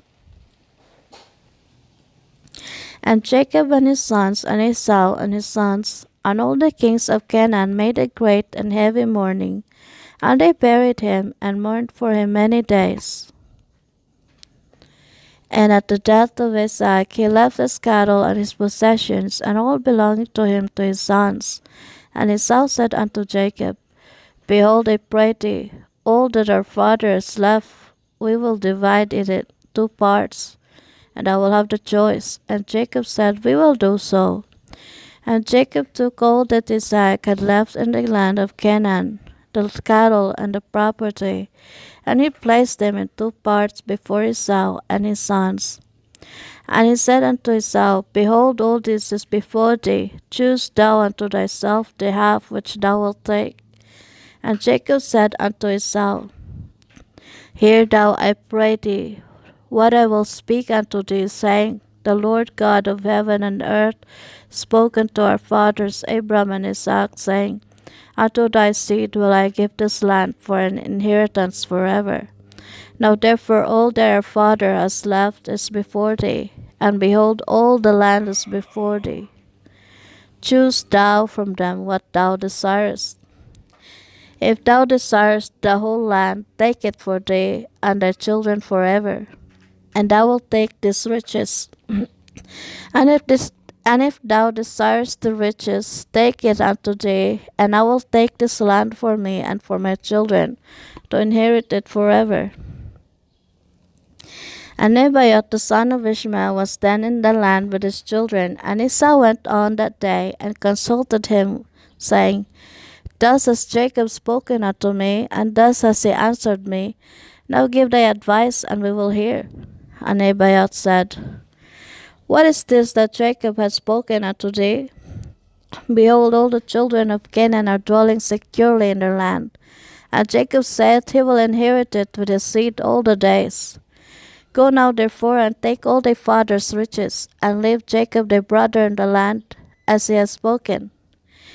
And Esau rose up and returned to Jacob, and did all that Nebaioth the son of Ishmael had advised. And Esau took all the riches that Isaac had left, the souls, the beasts, the cattle, and the property, and all the riches. He gave nothing to his brother Jacob. And Jacob took all the land of Canaan, from the brook of Egypt unto the river Euphrates, and he took it for an everlasting possession, and for his children, and for his seed after him forever. And Jacob also took from his brother Esau the cave of Machpelah, which is in Hebron, which Abraham had bought from Ephron for a possession of a burial place for him and his seed forever. And Jacob wrote all these things in the book of purchase, and he signed it, and he testified all this with 4 faithful witnesses. And these are the words which Jacob wrote in the book, saying, The land of Canaan, and all the cities of the Hittites, the Hivites, the Jebusites, the Amorites, the Perizzites, and the Girgashites, all the 7 nations, from the river of Egypt unto the river Euphrates. And the city of Hebron, Kiriath-arba, and the cave which is in it, the whole did Jacob buy from his brother Esau for value, for a possession and for an inheritance for his seed after him forever. And Jacob took the book of purchase and the signature, the command and the statutes and the revealed book, and he placed them in an earthen vessel, in order that they should remain for a long time. And he delivered them into the hands of his children.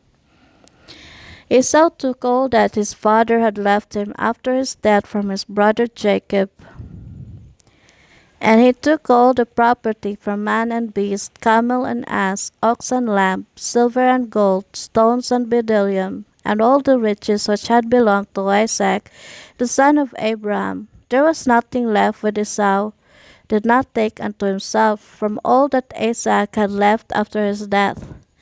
And Esau took all this, and he and his children went home to the land of Seir the Horite, away from his brother Jacob and his children. And Esau had possessions amongst the children of Seir. And Esau returned not to the land of Canaan from that day forward.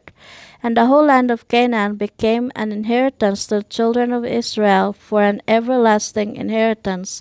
And Esau with all his children inherited the mountain of Seir. 48. In those days, after the death of Isaac, the Lord commanded and caused a famine upon the whole earth. At that time Pharaoh king of Egypt was sitting upon his throne in the land of Egypt, and lay in his bed and dreamed dreams. And Pharaoh saw in his dream that he was standing by the side of the river of Egypt. And whilst he was standing, he saw, and behold, 7 fat-fleshed and well-favored kine came up out of the river, and 7 other kine, lean-fleshed and ill-favored, came up after them, and the 7 ill-favored ones swallowed up the well-favored ones. And still their appearance was ill as at first. And he awoke, and he slept again, and he dreamed a second time, and he saw, and behold, 7 ears of corn came up upon one stalk, rank and good, and 17 ears blasted with the east wind sprang up after them, and the 10 ears swallowed up the full ones. And Pharaoh awoke out of his dream.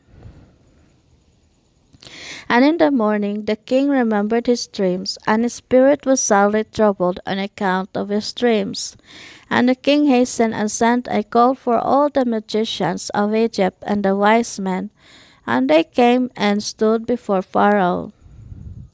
And the king said unto them, I have dreamed dreams, and there is none to interpret them. And they said unto the king, Relate thy dreams to thy servants, and let us hear them. And the king related his dreams to them. And they all answered and said with one voice to the king, May the king live forever. And this is the interpretation of thy dreams. The 7 good kine which thou didst see denote 7 daughters that will be born unto thee in the latter days. And the 7 kine which thou sawest come up after them, and swallow them up, are for a sign that the daughters which will be born unto thee will all die in the lifetime of the king. And that which thou didst see in the second dream of 7 full good ears of corn coming up upon one stalk, this is their interpretation, that thou wilt build unto thyself in the latter days 7 cities throughout the land of Egypt. And that which thou sawest of the 7 blessed ears of corn springing up after them and swallowing them up, whilst thou didst behold them with thine eyes, is for a sign that the cities which thou wilt build will also be destroyed in the latter days, in the lifetime of the king. And when they spoke these words, the king did not incline his ear to their words, neither did he fix his heart upon them.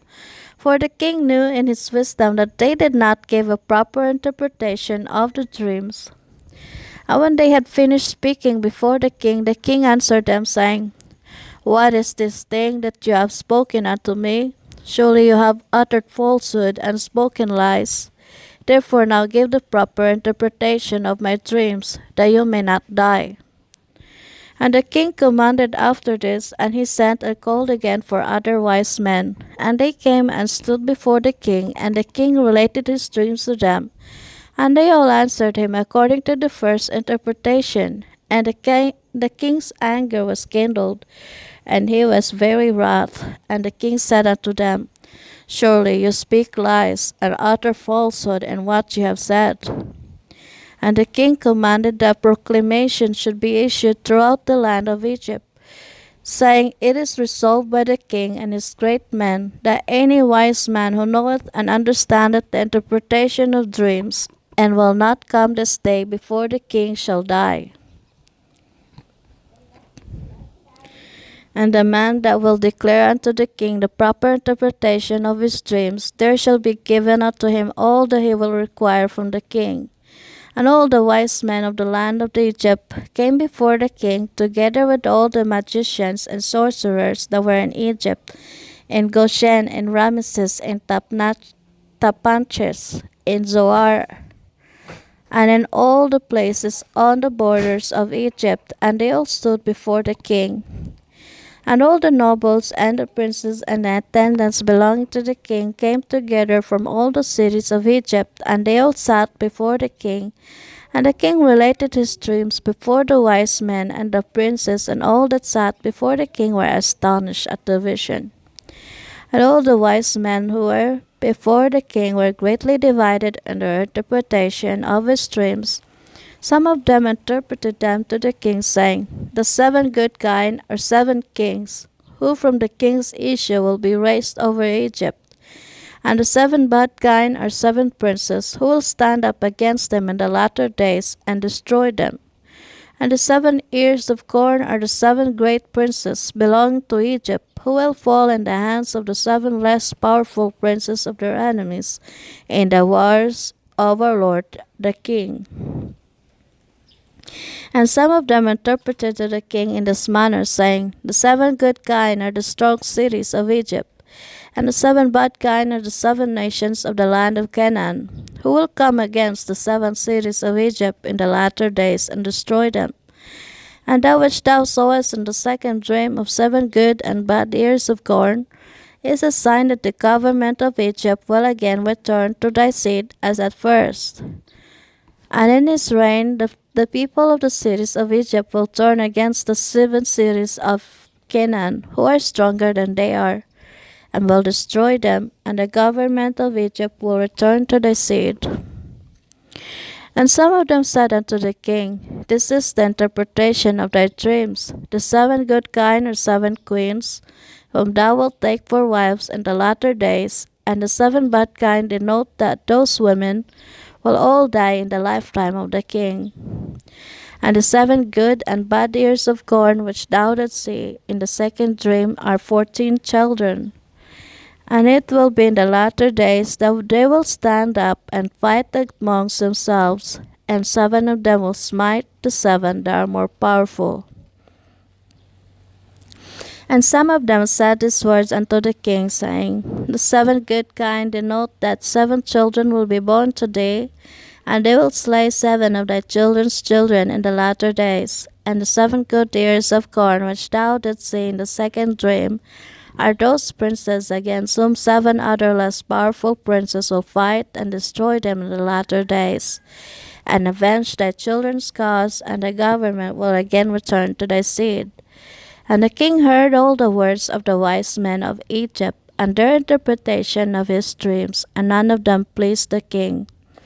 And the king knew in his wisdom that they did not altogether speak correctly in all these words, for this was from the Lord to frustrate the words of the wise men of Egypt, in order that Joseph might go forth from the house of confinement, and in order that he should become great in Egypt. And the king saw that none amongst all the wise men and magicians of Egypt spoke correctly to him.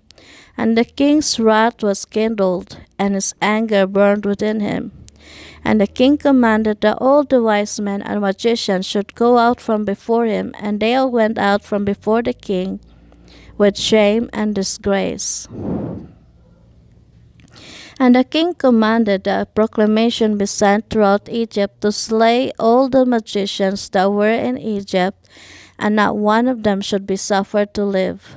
And the captains of the guards belonging to the king rose up, and each man drew his sword, and they began to smite the magicians of Egypt and the wise men.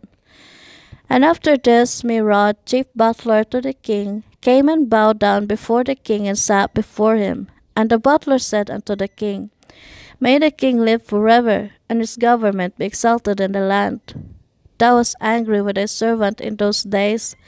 Now 2 years past, and displaced me in thy ward. And I was for some time in the ward, I and the chief of the bakers. And there was with us a Hebrew servant belonging to the captain of the guard. His name was Joseph, for his master had been angry with him and placed him in the house of confinement. And he attended us there. And in some time after, when we were in the ward, we dreamed dreams in one night. I and the chief of the bakers, we dreamed, each man according to the interpretation of his dream. And we came in the morning and told them to that servant. And he interpreted to us our dreams, to each man according to his dream. Did he correctly interpret? And it came to pass, as he interpreted to us, so was the event. There fell not to the ground any of his words. And now therefore, my lord and king, do not slay the people of Egypt for naught. Behold, that slave is still confined in the house by the captain of the guard his master, in the house of confinement. If it pleaseth the king, let him send for him, that he may come before thee, and he will make known to thee the correct interpretation of the dream which thou dost dream. And the king heard the words of the chief butler, and the king ordered that the wise men of Egypt should not be slain. And the king ordered his servants to bring Joseph before him, and the king said unto them, Go to him, and do not terrify him, lest he be confused, and will not know how to speak properly. And the servants of the king went to Joseph, and they brought him hastily out of the dungeon. And the king's servants shaved him, and he changed his prison garment, and he came before the king. And the king was sitting upon his royal throne in a princely dress, girt around with a golden ephod, and the fine gold which was upon it sparkled, and the carbuncle, and the ruby, and the emerald, together with all the precious stones that were upon the king's head, dazzled the eye. And Joseph wondered greatly at the king. And the throne upon which the king sat was covered with gold and silver, and with onyx stones, and it had 70 steps. And it was their custom throughout the land of Egypt, that every man who came to speak to the king, if he was a prince or one that was estimable in the sight of the king, he ascended to the king's throne as far as the 31st step. And the king would descend to the 36th step and speak with him. If he was one of the common people, he ascended to the 3rd step. And the king would descend to the 4th and speak to him. And their custom was, moreover, that any man who understood to speak in all the 70 languages, he ascended the 70 steps, and went up and spoke till he reached the king. And any man who could not complete the 70, he ascended as many steps as the languages in which he knew to speak in. And it was customary in those days in Egypt that no one should reign over them, but who understood to speak in the 70 languages. And when Joseph came before the king, he bowed down to the ground before the king, and he ascended to the 3rd step. And the king sat upon the 4th step and spoke with Joseph. And the king said unto Joseph, I dreamed a dream, and there is no interpreter to interpret it properly. And I commanded this day that all the magicians of Egypt and the wise men thereof should come before me. And I related my dreams to them, and no one has properly interpreted them to me. And after this, I this day heard concerning thee that thou art a wise man, and canst correctly interpret every dream that thou hearest. And Joseph answered Pharaoh, saying, Let Pharaoh relate his dreams that he dreamed. Surely the interpretations belong to God. And Pharaoh related his dreams to Joseph, the dream of the kine, and the dream of the ears of corn, and the king left off speaking. And Joseph was then clothed with the Spirit of God before the king, and he knew all the things that would befall the king from that day forward. And he knew the proper interpretation of the king's dream, and he spoke before the king. And Joseph found favor in the sight of the king, and the king inclined his ears and his heart. And he heard all the words of Joseph. And Joseph said unto the king, Do not imagine that they are two dreams, for it is only one dream. For that which God has chosen to do throughout the land he has shown to the king in his dream. And this is the proper interpretation of thy dream. The 7 good kine and the ears of corn are 7 years, and the 7 bad kine and ears of corn are also 7 years. It is one dream.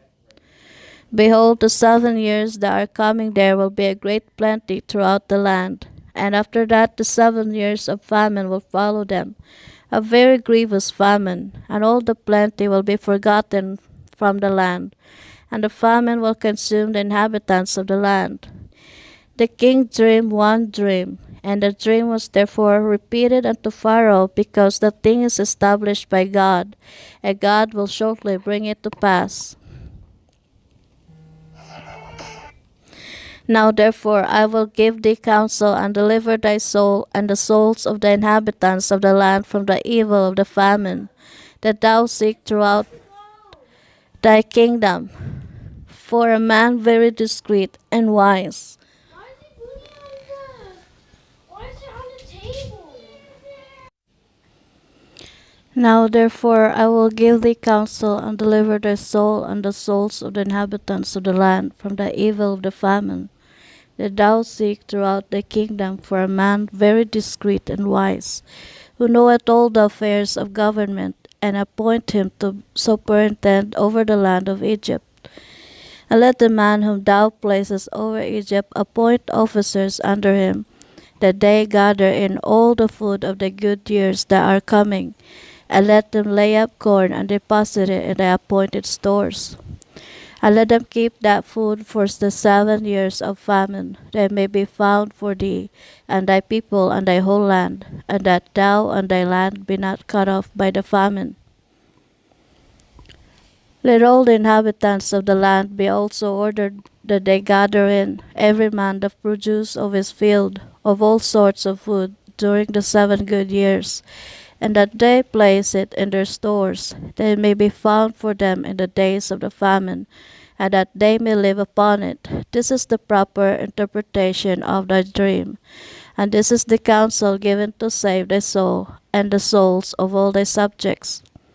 And the king answered and said unto Joseph, Who saith and who knoweth that thy words are correct?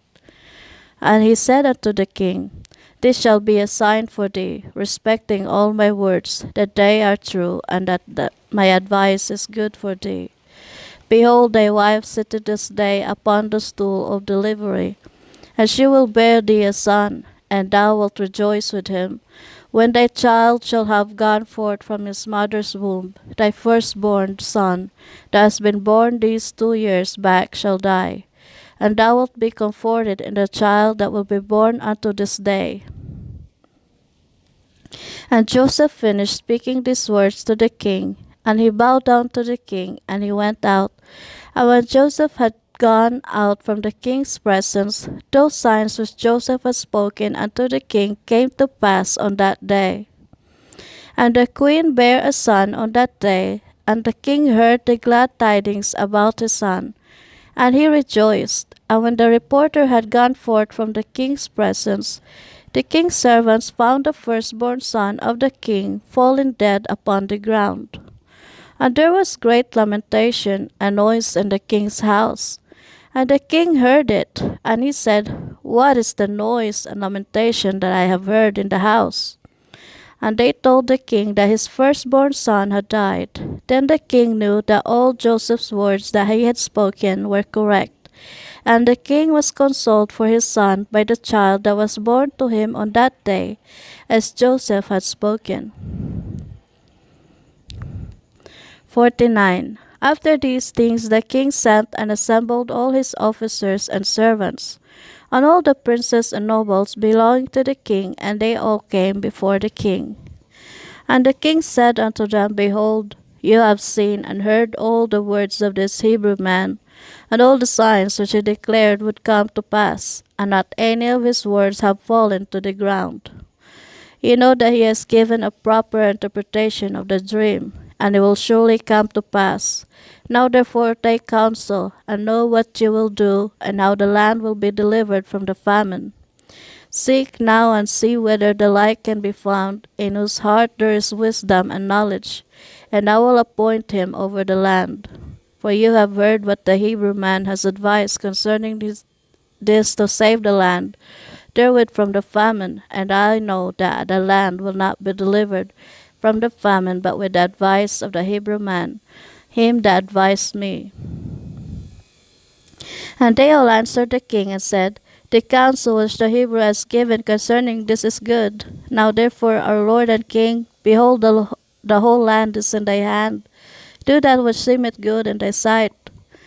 Him whom thou choosest, and whom thou in thy wisdom knowest to be wise and capable of delivering the land with his wisdom, him shall the king appoint to be under him over the land. And the king said to all the officers, I have thought that since God has made known to the Hebrew man all that he has spoken, there is none so discreet and wise in the whole land as he is. If it seem good in your sight, I will place him over the land, for he will save the land with his wisdom. And all the officers answered the king and said, But surely it is written in the laws of Egypt, and it should not be violated, that no man shall reign over Egypt, nor be the second to the king, but one who has knowledge in all the languages of the sons of men. Now therefore, our Lord and King, behold, this Hebrew man can only speak the Hebrew language. Now how then can he be over us the second under government, a man who not even knoweth our language? Now we pray thee, send for him, and let him come before thee, and prove him in all things, and do as thou see fit. And the king said, It shall be done tomorrow, and the thing that you have spoken is good. And all the officers came on that day before the king. And on that night the Lord sent some of his ministering angels, and he came into the land of Egypt unto Joseph. And the angel of the Lord stood over Joseph, and behold, Joseph was lying in the bed at night in his master's house in the dungeon, for his master had put him back into the dungeon on account of his wife. And the angel roused him from his sleep, and Joseph rose up and stood upon his legs.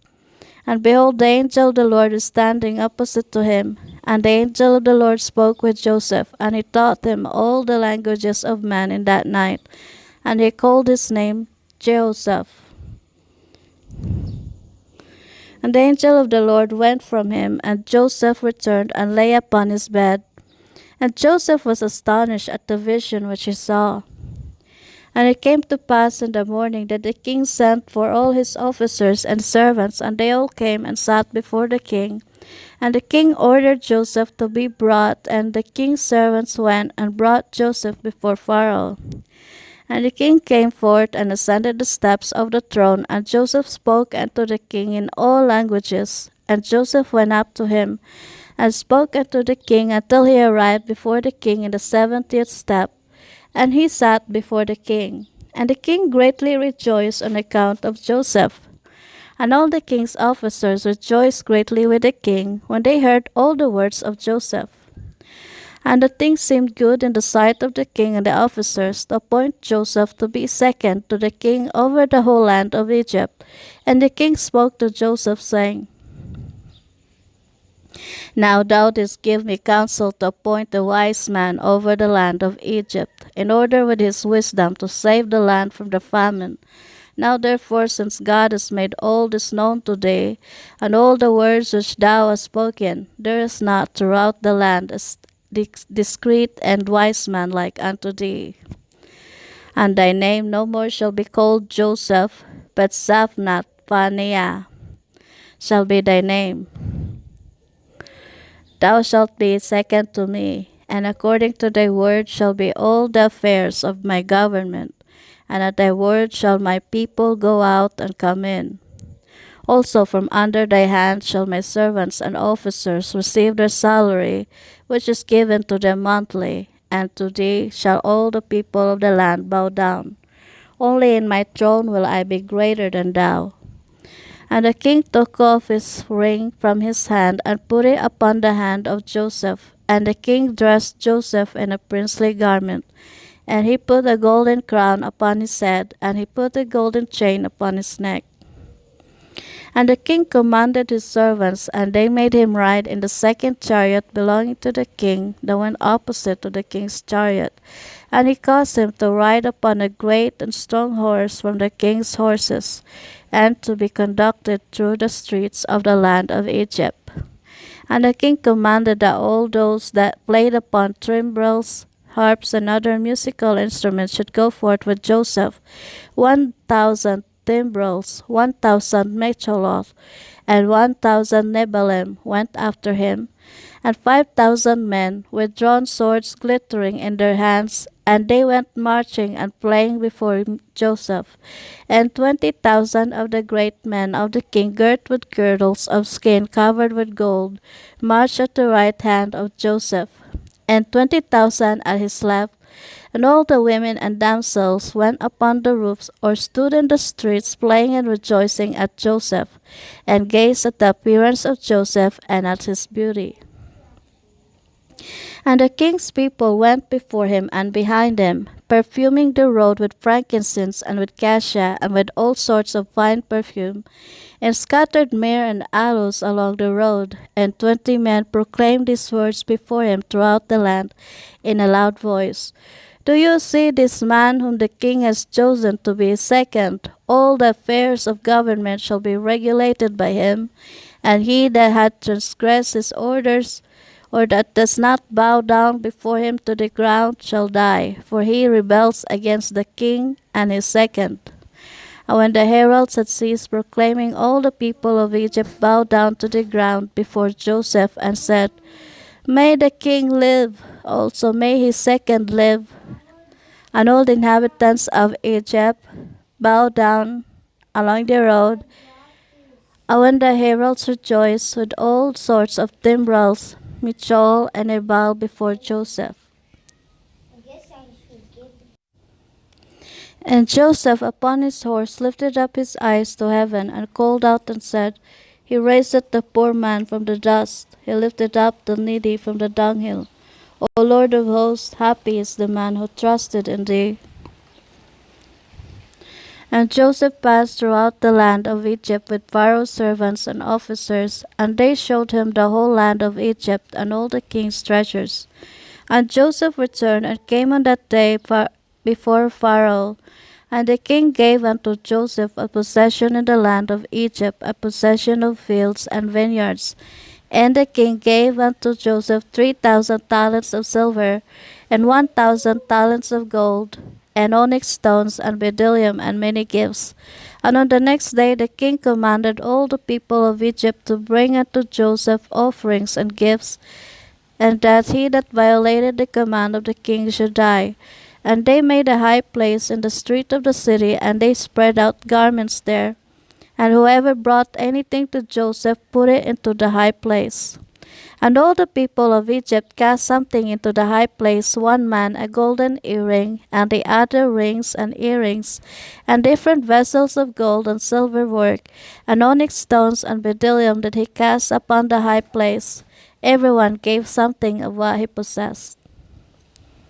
And Joseph took all these and placed them in his treasuries, and all the king's officers and nobles belonging to the king exalted Joseph, and they gave him many gifts, saying that the king had chosen him to be his second.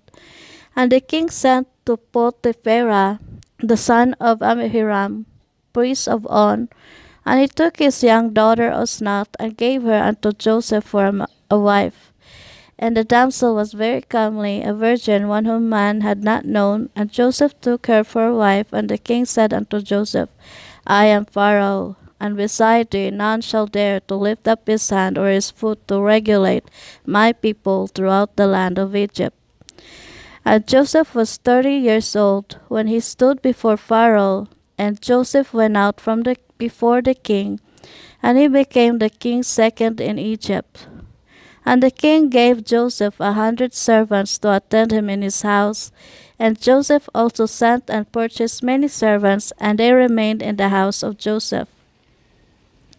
Joseph then built for himself a very magnificent house like unto the houses of kings, before the court of the king's palace, and he made in the house a large temple, very elegant in appearance and convenient for his residence. 3 years was Joseph in erecting his house.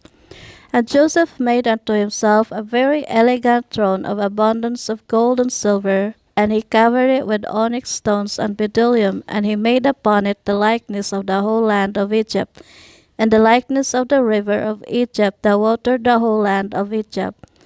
And Joseph sat securely upon his throne in his house, and the Lord increased Joseph's wisdom. And all the inhabitants of Egypt and Pharaoh's servants and his princes loved Joseph exceedingly, for this thing was from the Lord to Joseph. And Joseph had an army that made war, going out in hosts and troops to the number of 40,600 men, capable of bearing arms to assist the king and Joseph against the enemy, besides the king's officers and his servants and inhabitants of Egypt without number. And Joseph gave unto his mighty men and to all his host shields and javelins and caps and coats of mail and stones for slinging. 50. At that time the children of Tarshish came against the sons of Ishmael and made war with them, and the children of Tarshish spoiled the Ishmaelites for a long time. And the children of Ishmael were small in number in those days, and they could not prevail over the children of Tarshish, and they were sorely oppressed. And the old men of the Ishmaelites sent a record to the king of Egypt, saying, Send, I pray thee, unto thy servants, officers, and hosts to help us to fight against the children of Tarshish, for we have been consuming away for a long time. And Pharaoh sent Joseph with the mighty men and hosts which were with him, and also his mighty men from the king's house.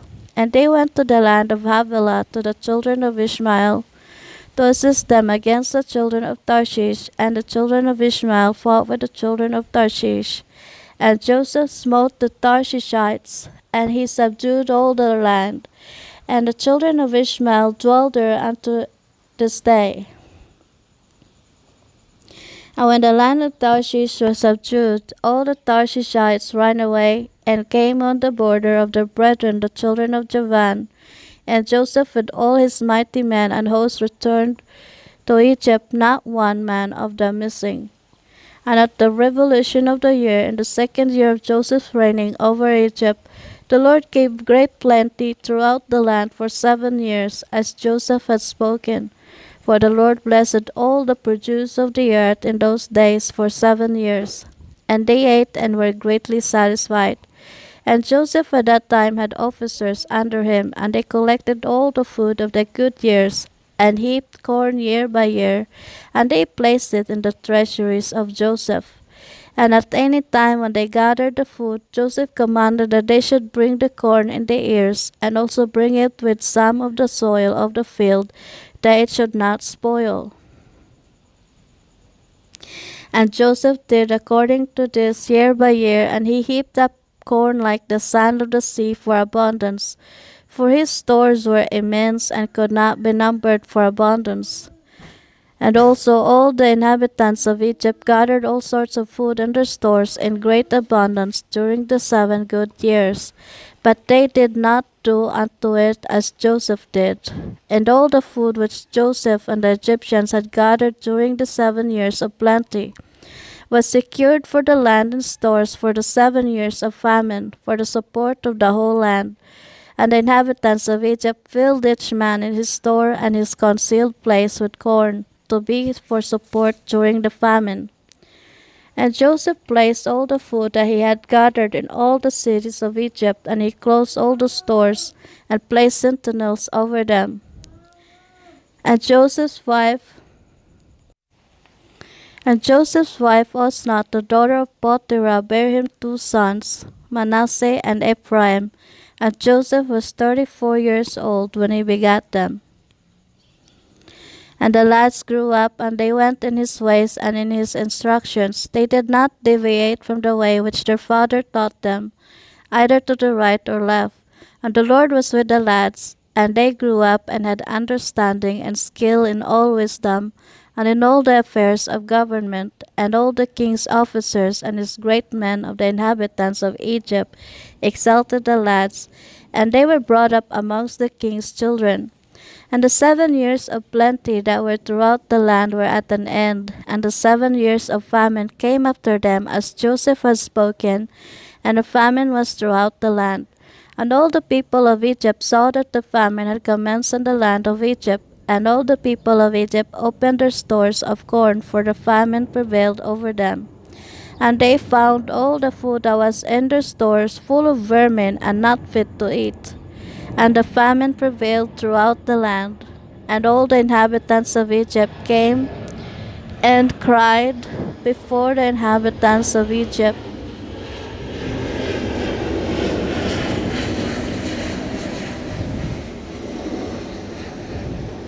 And all the inhabitants of Egypt came and cried before Pharaoh, for the famine was heavy upon them. And they said unto Pharaoh, Give food unto thy servants, and wherefore shall we die through hunger before thy eyes, even we and our little ones? And Pharaoh answered them, saying, And wherefore do you cry unto me? Did not Joseph command that the corn should be laid up during the 7 years of plenty for the years of famine? And wherefore did you not hearken to his voice? And the people of Egypt answered the king, saying, As thy soul liveth, our Lord, thy servants have done all that Joseph ordered, for thy servants also gathered in all the produce of their fields during the 7 years of plenty, and laid it in the stores unto this day. And when the famine prevailed over the servants, we opened our stores, and behold, all our produce was filled with vermin, and was not fit for food. And when the king heard all that had befallen the inhabitants of Egypt, the king was greatly afraid on account of the famine, and he was much terrified. And the king answered the people of Egypt, saying, Since all this has happened unto you, go unto Joseph, do whatever he shall say unto you, transgress not his commands. And all the people of Egypt went forth and came unto Joseph, and said unto him, Give unto us food, and wherefore shall we die before thee through hunger? For we gathered in our produce during the 7 years as thou didst command, and we put it in store, and thus has it befallen us. When Joseph heard all the words of the people of Egypt, and what had befallen them, Joseph opened all his stores of the produce, and he sold it unto the people of Egypt. And the famine prevailed throughout the land, and the famine was in all countries, but in the land of Egypt there was produce for sale. And all the inhabitants of Egypt came unto Joseph to buy corn, for the famine prevailed over them, and all their corn was spoiled, and Joseph daily sold it to all the people of Egypt. And all the inhabitants of the land of Canaan, and the Philistines, and those beyond the Jordan, and the children of the east, and all the cities of the lands far and nigh, heard that there was corn in Egypt, and they all came to Egypt to buy corn, for the famine prevailed over them. And Joseph opened the stores of corn, and placed officers over them, and they daily stood and sold to all that came. And Joseph knew that his brethren also would come to Egypt to buy corn, for the famine prevailed throughout the earth. And Joseph commanded all his people that they should cause it to be proclaimed throughout the land of Egypt, saying, It is the pleasure of the king, of his second, and of their great men, that any person who wishes to buy corn in Egypt shall not send his servants to Egypt to purchase, but his sons, and also any Egyptian or Canaanite who shall come from any of the stores from buying corn in Egypt, and shall go and sell it throughout the land, he shall die. For no one shall buy but for the support of his household. And any man leading 2 or 3 beasts shall die, for a man shall only lead his own beast. And Joseph placed sentinels at the gates of Egypt, and commanded them, saying, any person who may come to buy corn, suffer him not to enter until his name, and the name of his father, and the name of his father's father be written down. And whatever is written by day, send their names unto me in the evening, that I may know their names. And Joseph placed officers throughout the land of Egypt, and he commanded them to do all these things. And Joseph did all these things, and made these statutes in order that he might know when his brethren should come to Egypt to buy corn. And Joseph's people caused it daily to be proclaimed in Egypt according to these words and statutes which Joseph had commanded. And all the inhabitants of the east and west country and of all the earth heard of the statutes and regulations which Joseph had enacted in Egypt. And the inhabitants of the extreme parts of the earth came, and they bought corn in Egypt day after day, and then went away. And all the officers of Egypt did as Joseph had commanded. And all that came to Egypt to buy corn, the gatekeepers would write their names and their fathers' names, and daily bring them in the evening before Joseph. 51. And Jacob afterward heard that there was corn in Egypt, and he called unto his sons to go to Egypt to buy corn. For upon them also did the famine prevail, and he called unto his sons, saying, behold, I hear that there is corn in Egypt, and all the people of the earth go there to purchase. Now go before. Why will you show yourself satisfied before the whole earth? Go you also down to Egypt, and buy us a little corn amongst those that come there, that we may not die. And the sons of Jacob hearkened to the voice of their father, and they rose up to go down to Egypt in order to buy corn amongst the rest that came there. And Jacob their father commanded them, saying, when you come into the city, do not enter together in one gate, on account of the inhabitants of the land. And the sons of Jacob went forth, and they went to Egypt. And the sons of Jacob did all that their father had commanded them. And Jacob did not send Benjamin, for he said, lest an accident might befall him on the road like his brother. And 10 of Jacob's sons went forth. And whilst the sons of Jacob were going on the road, they repented of what they had done to Joseph, and they spoke to each other, saying, we know that our brother Joseph went down to Egypt, and now we will seek him where we go, and if we find him, we will take him from his master for ransom, and if not, by force, and we will die for him. And the sons of Jacob agreed to this thing, and strengthened themselves on account of Joseph, to deliver him from the hand of his master. And the sons of Jacob went to Egypt, and when they came near to Egypt, they separated from each other, and they came through 10 gates of Egypt, and the gatekeepers wrote their names on that day, and brought them to Joseph in the evening. And Joseph read the names from the hand of the gatekeepers of the city, and he found that his brethren had entered at the 10 gates of the city. And Joseph at that time commanded that it should be proclaimed throughout the land of Egypt, saying, go forth, all ye store guards, close all the corn stores, and let only one remain open, that those who come may purchase from it. And all the officers of Joseph did so at the time, and they closed all the stores, and left only one open. And Joseph gave the written names of his brethren to him that was set over the open store, and he said unto him, whosoever shall come to thee to buy corn, ask his name, and when men of these names shall come before thee, seize them and send them. And they did so.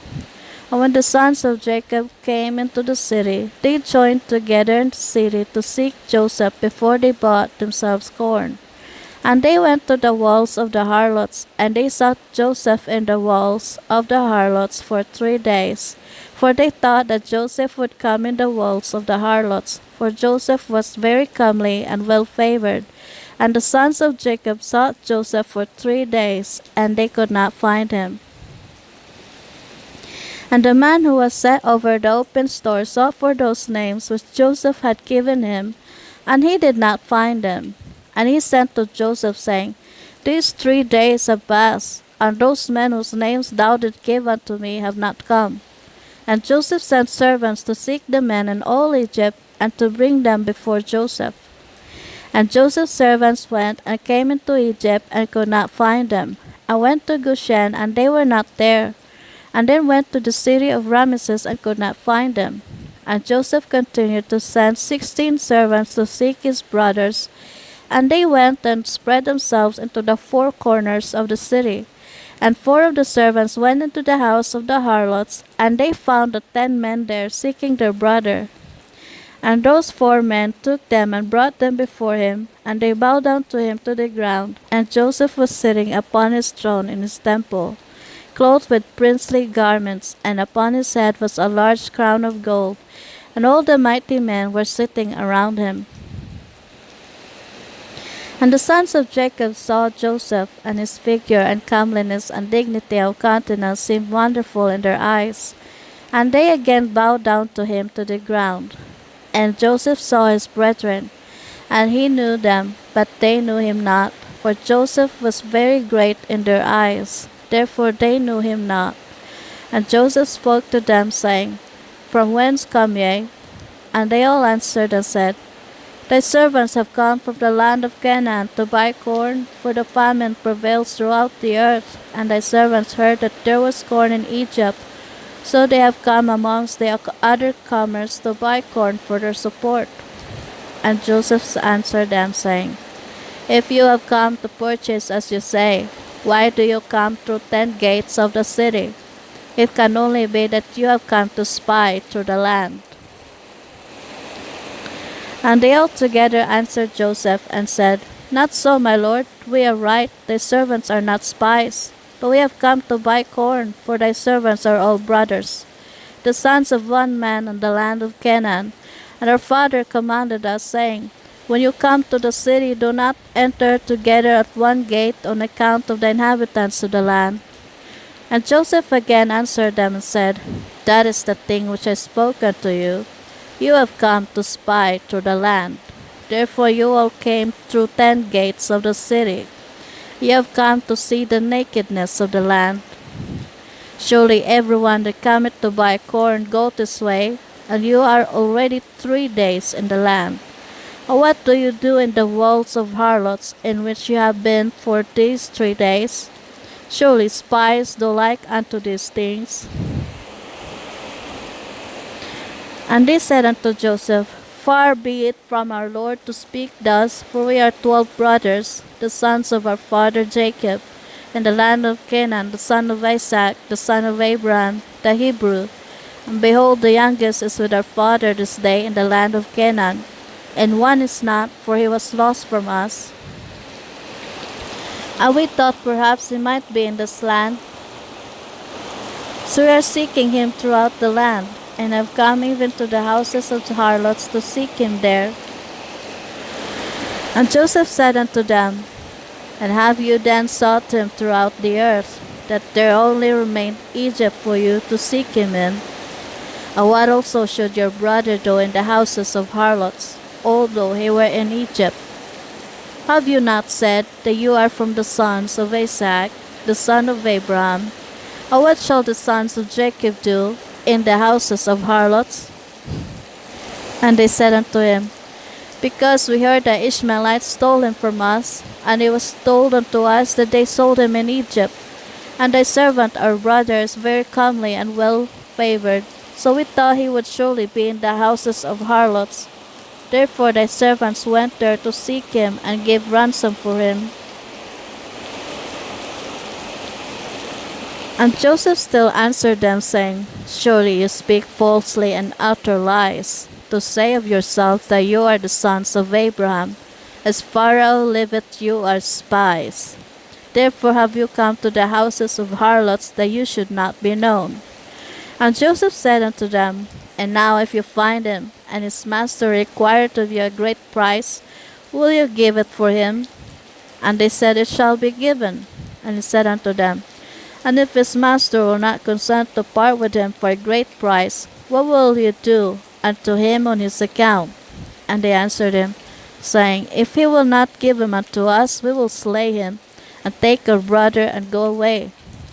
And Joseph said unto them, That is the thing which I have spoken to you.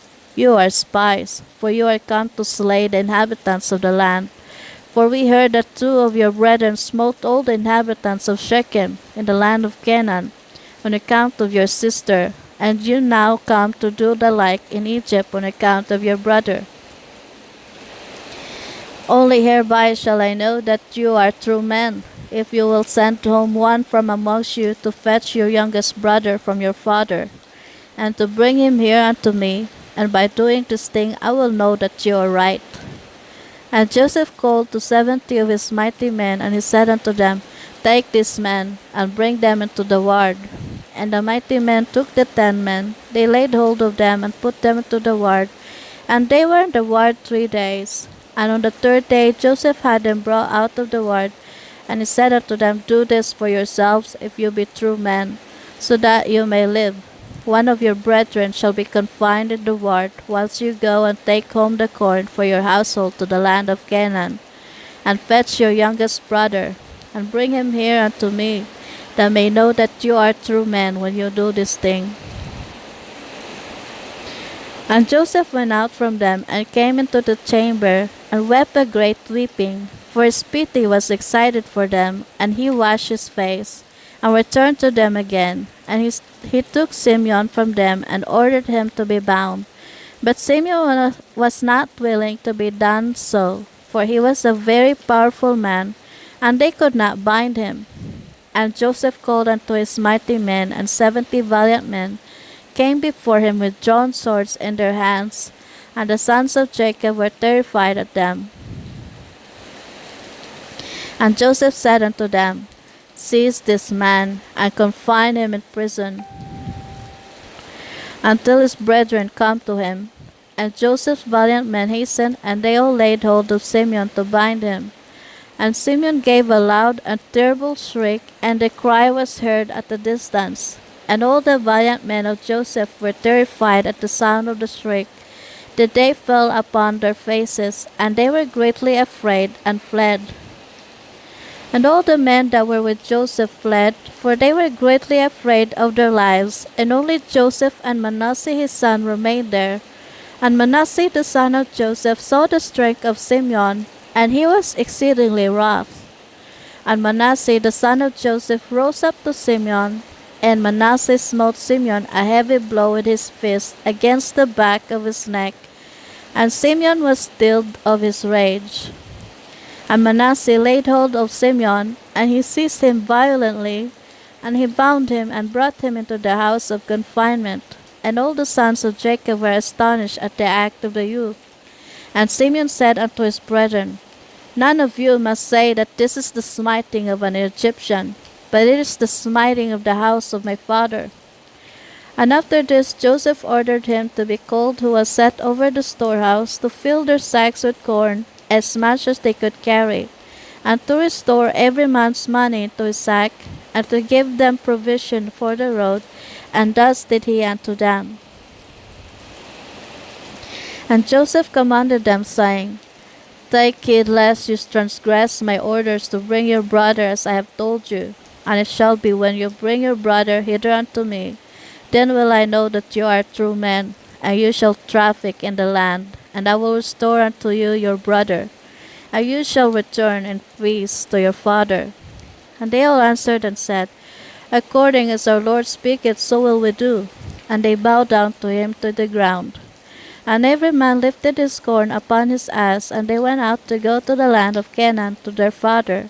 And they came to the inn, and Levi spread his sack to give provender to his ass. When he saw and behold, his money in full weight was still in his sack. And the man was greatly afraid, and he said unto his brethren, My money is restored, and lo, it is even in my sack. And the men were greatly afraid, and they said, What is this that God hath done unto us?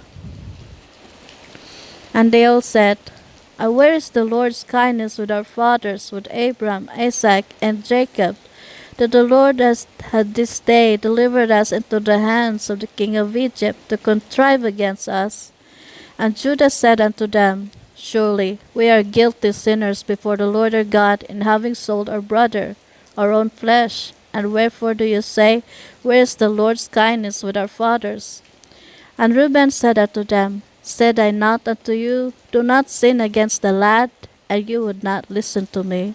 Now God required him from us, and how dare you say, Where is the Lord's kindness with our fathers, while you have sinned unto the Lord? And they tarried overnight in that place. And they rose up early in the morning, and laded their asses with their corn. And they led them, and went on, and came to their father's house in the land of Canaan. And Jacob and his household went out to meet his sons. And Jacob saw, and behold, their brother Simeon was not with them. And Jacob said unto his sons, Where is your brother Simeon, whom I do not see? And his sons told him all that had befallen them in Egypt. 52. And they entered in their house, and every man opened his sack, and they saw, and behold, every man's bundle of money was there, at which they and their father were greatly terrified. And Jacob said unto them, What is this that you have done to me? I sent your brother Joseph to inquire after your welfare, and you said unto me, A wild beast did devour him. And Simeon went with you to buy food, and you say the king of Egypt had confined him in prison, and you wish to take Benjamin to cause his death also, and bring down my gray hairs with sorrow to the grave on account of Benjamin and his brother Joseph. Now therefore my son shall not go down with you, for his brother is dead, and he is left alone. And mischief may befall him by the way in which you go, as it befell his brother. And Reuben said unto his father, Thou shalt slay my two sons, if I do not bring thy son, and place him before thee. And Jacob said unto his sons, Abide ye here, and do not go down to Egypt, for my son shall not go down with you to Egypt, nor die like his brother. And Judah said unto them, Refrain ye from him until the corn is finished. And he will then say, Take down your brother, he will find his own life and the life of his household in danger from the famine. And in those days the famine was sore throughout the land, and all the people of the earth went and came to Egypt to buy food, for the famine prevailed greatly amongst them. And the sons of Jacob remained in Canaan a year and 2 months, until their corn was finished. And it came to pass, after their corn was finished, the whole household of Jacob was pinched with hunger. And all the infants of the sons of Jacob came together, and they approached Jacob. And they all surrounded him, and they said unto him, Give unto us bread, and wherefore shall we all perish through hunger in thy presence? Jacob heard the words of his sons' children, and he wept a great weeping. And his pity was roused for them, and Jacob called unto his sons, and they all came and sat before him.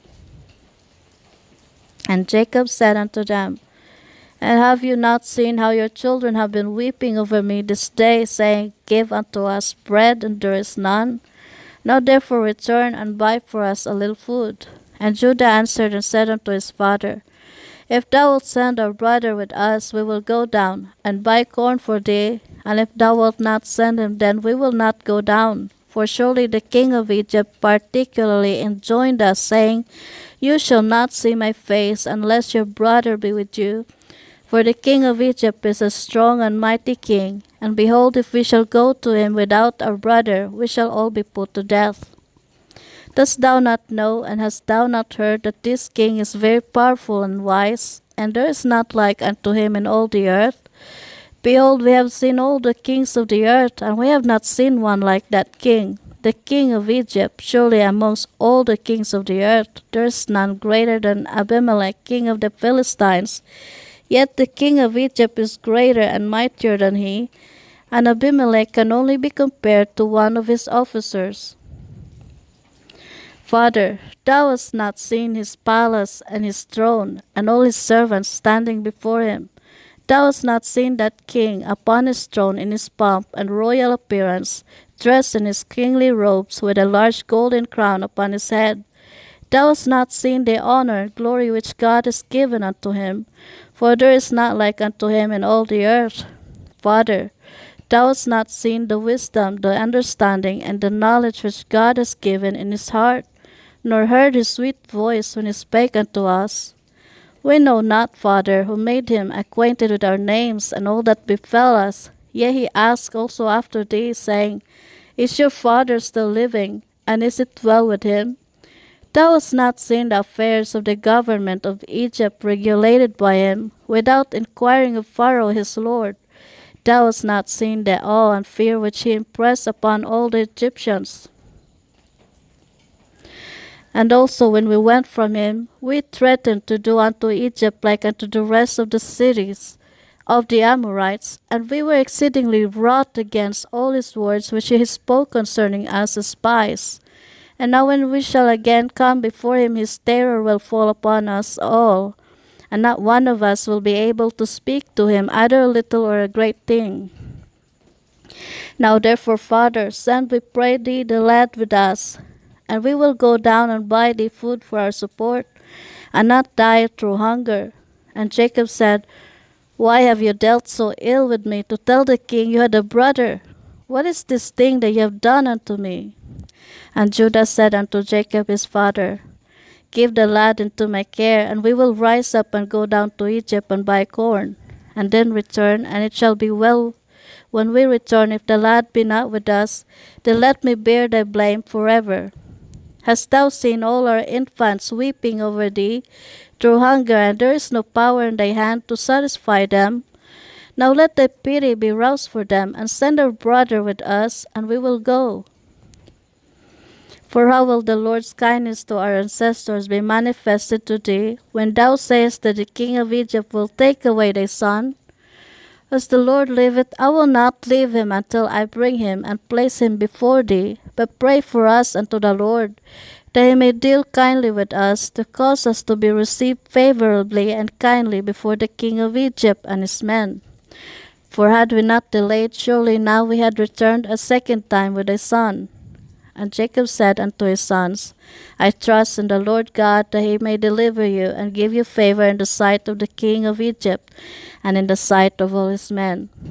Now therefore rise up, and go to the man, and take for him in your hands a present from what can be obtained in the land, and bring it before him, and may the Almighty God give you mercy before him, that he may send Benjamin and Simeon your brethren with you.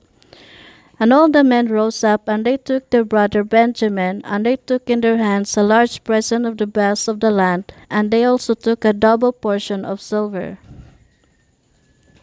And Jacob strictly commanded his sons concerning Benjamin, saying, Take heed of him in the way in which you are going, and do not separate yourselves from him in the road, neither in Egypt. And Jacob rose up from his sons, and spread forth his hands, and he prayed unto the Lord on account of his sons, saying, O Lord God of heaven and earth, remember the covenant with our father Abraham, remember it with my father Isaac, and deal kindly with my sons, and deliver them not into the hands of the king of Egypt. Do it, I pray thee, O God, for the sake of thy mercies, and redeem all my children, and rescue them from Egyptian power, and send them their two brothers. And all the wives of the sons of Jacob and their children lifted up their eyes to heaven, and they all wept before the Lord, and cried unto him to deliver their fathers from the hand of the king of Egypt. And Jacob wrote a record to the king of Egypt, and gave it into the hand of Judah, and into the hands of his sons for the king of Egypt, saying, From thy servant Jacob, son of Isaac, son of Abraham the Hebrew, the prince of God, to the powerful and wise king, the revealer of secrets, king of Egypt, greeting. Be it known to my lord the king of Egypt, the famine was sore upon us in the land of Canaan, and I sent my sons to thee to buy us a little food from thee for our support, for my sons surrounded me, and I, being very old, cannot see with my eyes, for my eyes have become very heavy through age, as well as with daily weeping for my son, for Joseph, who was lost from before me. And I commanded my sons that they should not enter the gates of the city when they came to Egypt, on account of the inhabitants of the land. And I also commanded them to go about Egypt to seek for my son Joseph. Perhaps they might find him there. And they did so, and thou didst consider them as spies of the land. Have we not heard concerning thee that thou didst interpret Pharaoh's dream, and didst speak truly unto him? How then dost thou not know in thy wisdom whether my sons are spies or not? Now therefore, my lord and king, behold, I have sent my son before thee. As thou didst speak unto my sons, I beseech thee to put thy eyes upon him, until he is returned to me in peace with his brethren. For dost thou not know, or hast thou not heard, that which our God did unto Pharaoh when he took my brother, my mother Sarah, and what he did unto Abimelech king of the Philistines on account of her, and also what our father Abraham did unto the 9 kings of Elam, how he smote them all with a few men that were with him, and also what my 2 sons Simeon and Levi did unto the 8 cities of the Amorites, how they destroyed them on account of their sister Dinah. And also on account of their brother Benjamin they consoled themselves for the loss of his brother Joseph. What will they then do for him when they see the hand of any people prevailing over them for his sake? Dost thou not know, O king of Egypt, that the power of God is with us, and that also God ever heareth our prayers, and forsaketh us not all the days? And when my sons told me of thy dealings with them, I called not unto the Lord on account of thee, for then thou wouldst have perished with thy men before my son Benjamin came before thee. But that as Simeon my son was in thy house, perhaps thou mightest deal kindly with him. Therefore I did not this thing unto thee. Now therefore, behold, Benjamin my son cometh unto thee with my sons. Take heed of him, and put thy eyes upon him. And then will God place his eyes over thee and throughout the kingdom. Now I have told thee all that is in my heart, and behold, my sons are coming to thee with their brother. Examine the face of the whole earth for their sake, and send them back in peace with their brethren. And Jacob gave the record to his sons into the care of Judah, to give it unto the king of Egypt. 53. And the sons of Jacob rose up and took Benjamin and the whole of the presents, and they went and came to Egypt, and they stood before Joseph. And Joseph beheld his brother Benjamin with them, and he saluted them. And these men came to Joseph's house. And Joseph commanded the superintendent of his house to give to his brethren to eat, and he did so unto them. And at noontime Joseph sent for the men to come before him with Benjamin, and the men told the superintendent of Joseph's house concerning the silver that was returned in their sacks. And he said unto them, It will be well with you, fear not. And he brought their brother Simeon unto them. And Simeon said unto his brethren, The Lord of the Egyptians has acted very kindly unto me. He did not keep me bound, as you saw with your eyes, for when you went out from the city, he let me free, and dealt kindly with me in his house. And Judah took Benjamin by the hand, and they came before Joseph, and they bowed down to him to the ground. And the men gave the present unto Joseph, and they all sat before him. And Joseph said unto them, Is it well with you? Is it well with your children? Is it well with your aged father? And they said, It is well. And Judah took the record which Jacob had sent, and gave it into the hand of Joseph. And Joseph read the letter, and knew his father's writing. And he wished to weep, and he wept into an inner room, and he wept a great weeping, and he went out. And he lifted up his eyes, and beheld his brother Benjamin, and he said, Is this your brother of whom you spoke unto me? And Benjamin approached Joseph, and Joseph placed his hand upon his head, and he said unto him, May God be gracious unto thee, my son. And when Joseph saw his brother, the son of his mother, he again wished to weep. And he entered the chamber, and he wept there. And he washed his face, and went out, and refrained from weeping. And he said, Prepare food. And Joseph had a cup from which he drank, and it was of silver beautifully inlaid with onyx stones and bdellium. And Joseph struck the cup in the sight of his brethren whilst they were sitting to eat with him. And Joseph said unto the men, I know by this cup that Reuben the firstborn, Simeon,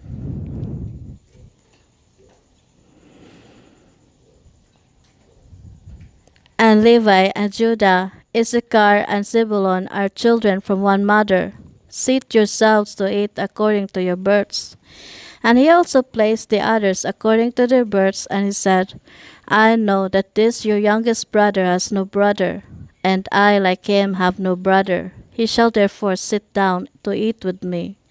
And Benjamin went up before Joseph and sat upon the throne. And the men beheld the acts of Joseph, and they were astonished at them. And the men ate and drank at the time with Joseph. And he then gave presents unto them, and Joseph gave one gift unto Benjamin. And Manasseh and Ephraim saw the acts of their father. And they also gave presents unto him, and Osnath gave him one present. And there were 5 presents in the hand of Benjamin.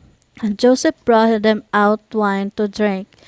And they would not drink. And they said, From the day on which Joseph was lost, we have not drunk wine, nor eaten any delicacies. And Joseph swore unto them, and he pressed them hard, and they drank plentifully with him on that day. And Joseph afterward turned to his brother Benjamin to speak with him, and Benjamin was still sitting upon the throne before Joseph. And Joseph said unto him, Hast thou begotten any children? And he said, Thy servant has 10 sons, and these are their names, Bela, Becher, Ashbal, Gera, Naaman, Achi, Rosh, Mupem, Chupem, and Ord. And I called their names after my brother whom I have not seen. And he ordered them to bring before him his map of the stars, whereby Joseph knew all the times. And Joseph said unto Benjamin, I have heard that the Hebrews are acquainted with all wisdom. Dost thou know anything of this? And Benjamin said, Thy servant is knowing also in all the wisdom which my father taught me. And Joseph said unto Benjamin, Look now at this instrument, and understand where thy brother Joseph is in Egypt, who you said went down to Egypt. And Benjamin beheld that instrument with the map of the stars of heaven. And he was wise, and looked therein to know where his brother was. And Benjamin divided the whole land of Egypt into 4 divisions. And he found that he who was sitting upon the throne before him was his brother Joseph.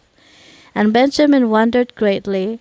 And when Joseph saw that his brother Benjamin was so much astonished, he said unto Benjamin, What hast thou seen, and why art thou astonished? And Benjamin said unto Joseph, I can see by this that Joseph my brother sitteth here with me upon the throne. And Joseph said unto him, I am Joseph thy brother. Reveal not this thing unto thy brethren. Behold, I will send thee with them when they go away. And I will command them to be brought back again into the city, and I will take thee away from them. And if they dare their lives and fight for thee, then shall I know that they have repented of what they did unto me. And I will make myself known to them. And if they forsake thee when I take thee, then shalt thou remain with me, and I will wrangle with them, and they shall go away, and I will not become known to them. At that time Joseph commanded his officer to fill their sacks with food, and to put each man's money into his sack, and to put the cap into the sack of Benjamin, and to give them provision for the road, and they did so unto them. And so on the next day the men rose up early in the morning, and they loaded their asses with their corn, and they went forth with Benjamin, and they went to the land of Canaan with their brother Benjamin. They had not gone far from Egypt when Joseph commanded him that was set over his house, saying, Rise, pursue these men before they get too far from Egypt, and say unto them, Why have you stolen my master's cup? And Joseph's officer rose up and reached them, and spoke unto them all the words of Joseph. And when they heard this thing, they became exceedingly wroth, and they said, He with whom the master's cup shall be found shall die, and we will also become slaves. And they hastened, and each man brought down his sack from his ass, and they looked in their bags, and the cup was found in Benjamin's bag.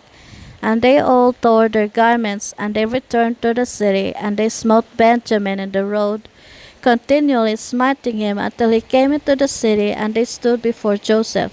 And Judah's anger was kindled, and he said, "This man has only brought me back to destroy Egypt this day."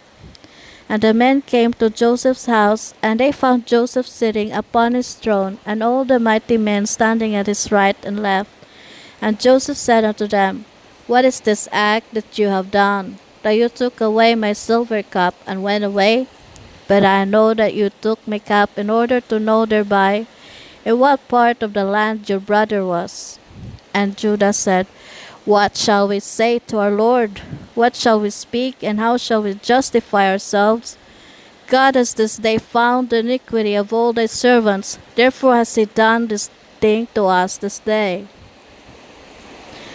And Joseph rose up and caught hold of Benjamin, and took him from his brethren with violence. And he came to the house, and locked the door at them. And Joseph commanded him that was set over his house, that he should say unto them, "Thus saith the king, Go in peace to your father. Behold, I have taken the man in whose hand my cup was found." 54. And when Judah saw the dealings with Joseph with them, Judah approached him and broke open the door, and came with his brethren before Joseph. And Judah said unto Joseph, "Let it not seem grievous in the sight of my lord. May thy servant, I pray thee, speak a word before thee." And Joseph said unto him, "Speak." And Judah spoke before Joseph, and his brethren were there standing before them. And Judah said unto Joseph, "Surely when we first came to our lord to buy food, thou didst consider us as spies of the land.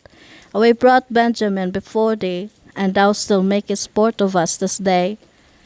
Now therefore let the king hear my words, and send, I pray thee, our brother, that he may go along with us to our father, lest thy soul perish this day with all the souls of the inhabitants of Egypt. Dost thou not know what two of my brethren, Simeon and Levi, did unto the city of Shechem, and unto 7 cities of the Amorites on account of our sister Dinah, and also what they would do for the sake of their brother Benjamin? And I with my strength, who am greater and mightier than both of them, come this day upon thee and thy land, if thou art unwilling to send our brother. Hast thou not heard what our God, who made choice of us, did unto Pharaoh on account of Sarah our mother, whom he took away from our father, that he smote him and his household with heavy plagues, that even unto this day the Egyptians relate this wonder to each other? So will our God do unto thee, on account of Benjamin, whom thou hast this day taken from his father, and on account of the evils which thou this day heapest over us and thy land. For our God will remember his covenant with our father Abraham, and bring evil upon thee, because thou hast grieved the soul of our father this day.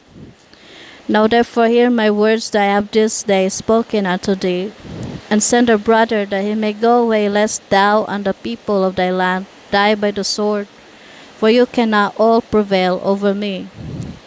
And Joseph answered Judah, saying, Why hast thou opened wide thy mouth, and why dost thou boast over us, saying, Strength is with thee?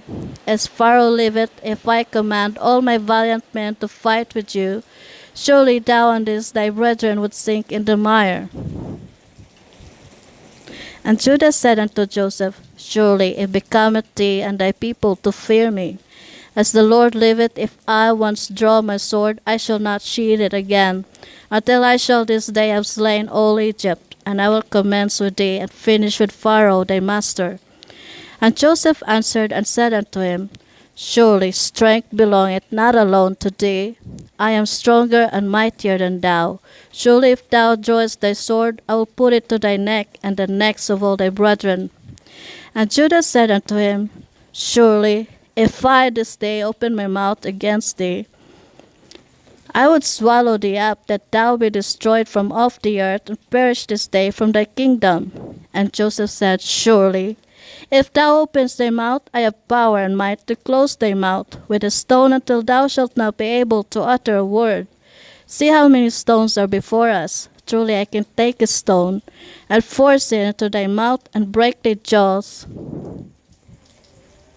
And Judah said, God is witness between us, that we have not hitherto desired to battle with thee. Only give us our brother, and we will go from thee. And Joseph answered and said, As Pharaoh liveth, if all the kings of Canaan came together with you, you should not take him from my hand. Now therefore go your way to your father, and your brother shall be unto me for a slave, for he has robbed the king's house. And Judah said, What is it to thee, or to the character of the king? Surely the king sendeth forth from his house throughout the land silver and gold, either in gifts or expenses. And thou still talkest about the cup which thou didst place in our brother's bag, and sayest that he has stolen it from thee.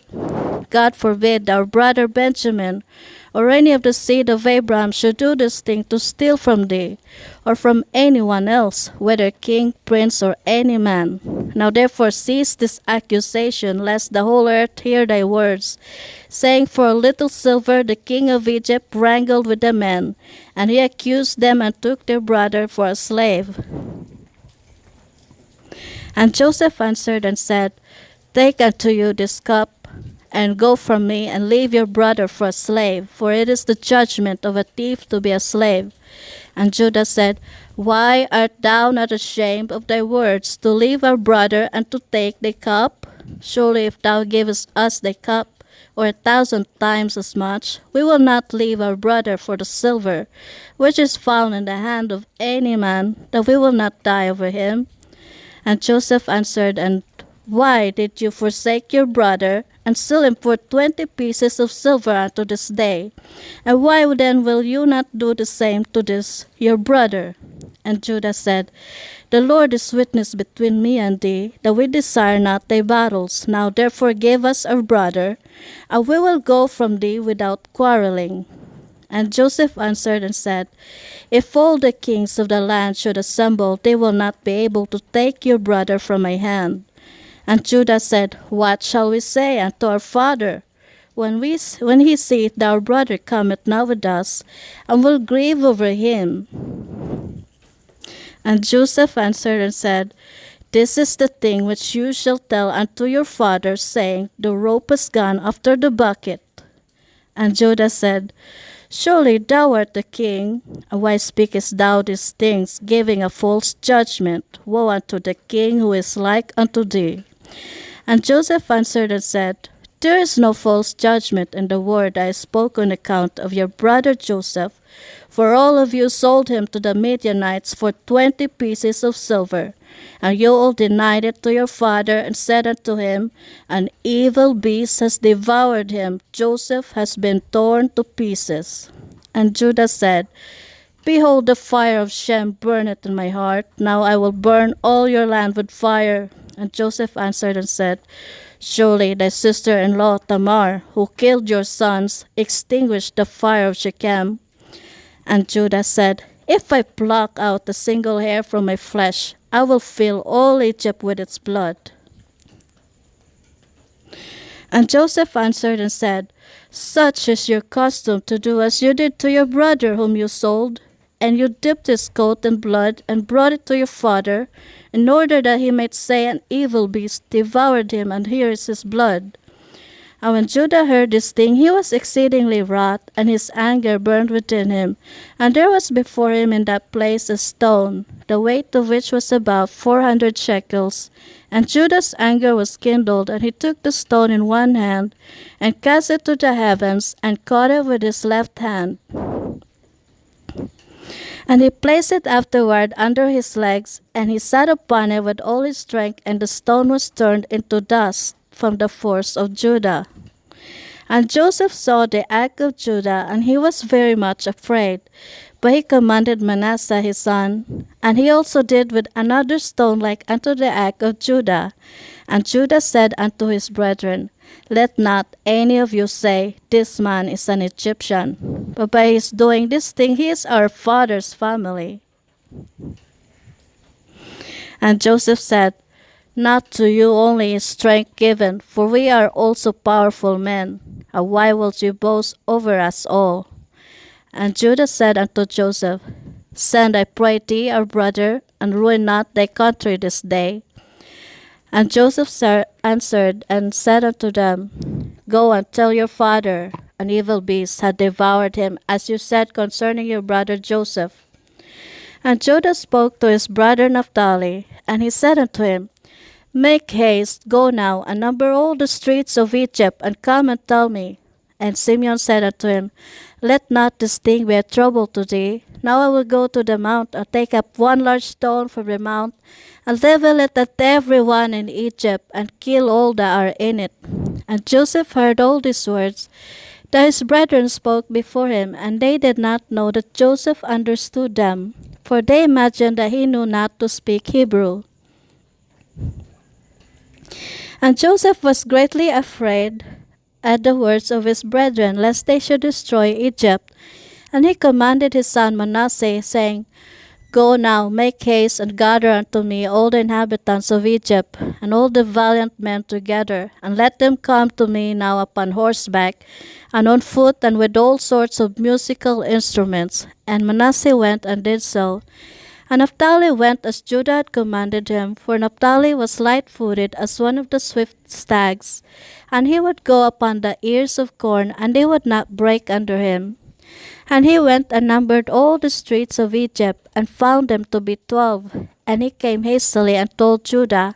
And Judah said unto his brethren, Hasten you, and put on every man his sword upon his loins, and we will come over Egypt, and smite them all, and let not a remnant remain.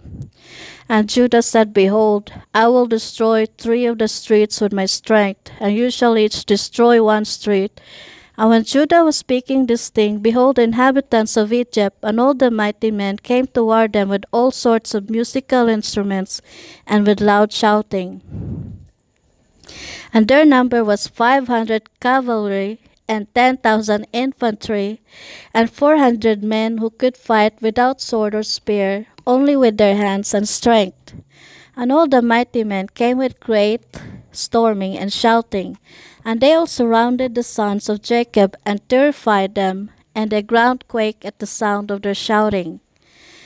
And when the sons of Jacob saw these troops, they were greatly afraid of their lives. And Joseph did so in order to terrify the sons of Jacob to become tranquilized.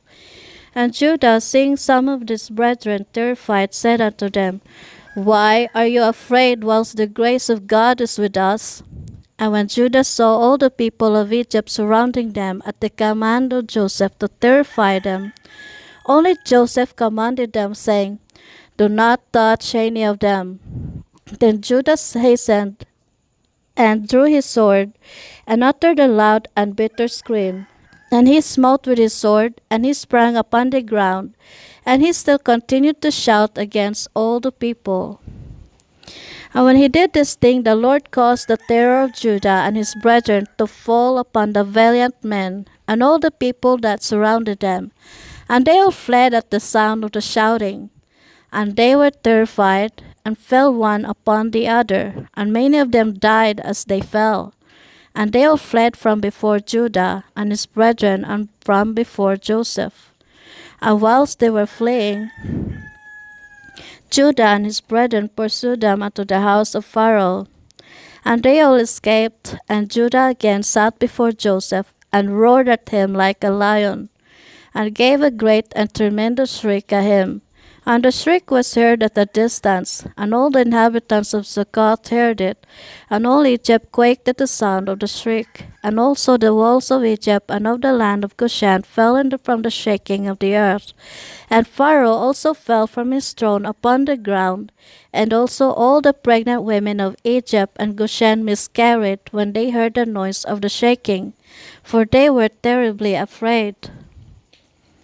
And Pharaoh sent word, saying, What is this thing that has this day happened in the land of Egypt? And they came and told him all the things from beginning to end. And Pharaoh was alarmed, and he wondered and was greatly afraid. And his fright increased when he heard all these things. And he sent unto Joseph, saying, Thou hast brought unto me the Hebrews to destroy all Egypt. What wilt thou? What wilt thou do with that?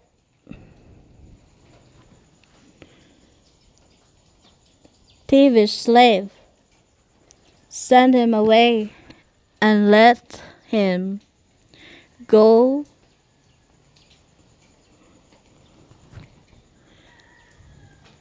go his brethren, and let him go with his brethren, and let us not perish through their evil, even we, you, and all Egypt. And if thou desirest not to do this thing, cast off from thee all thy valuable things, and go with them to their land, if thou delightest in it, for they will this day destroy my whole country and slay all my people. Even all the women of Egypt have miscarried through their screams. See what they have done merely by their shouting and speaking. Moreover, if they fight with the sword, they will destroy the land. Now therefore choose that which thou desirest, whether me or the Hebrews, whether Egypt or the land of the Hebrews. And they came and told Joseph all the words of Pharaoh and that he had said concerning him. And Joseph was greatly afraid at the words of Pharaoh, and Judah and his brethren were still standing before Joseph, indignant and enraged. And all the sons of Jacob roared at Joseph like the roaring of the sea and its waves.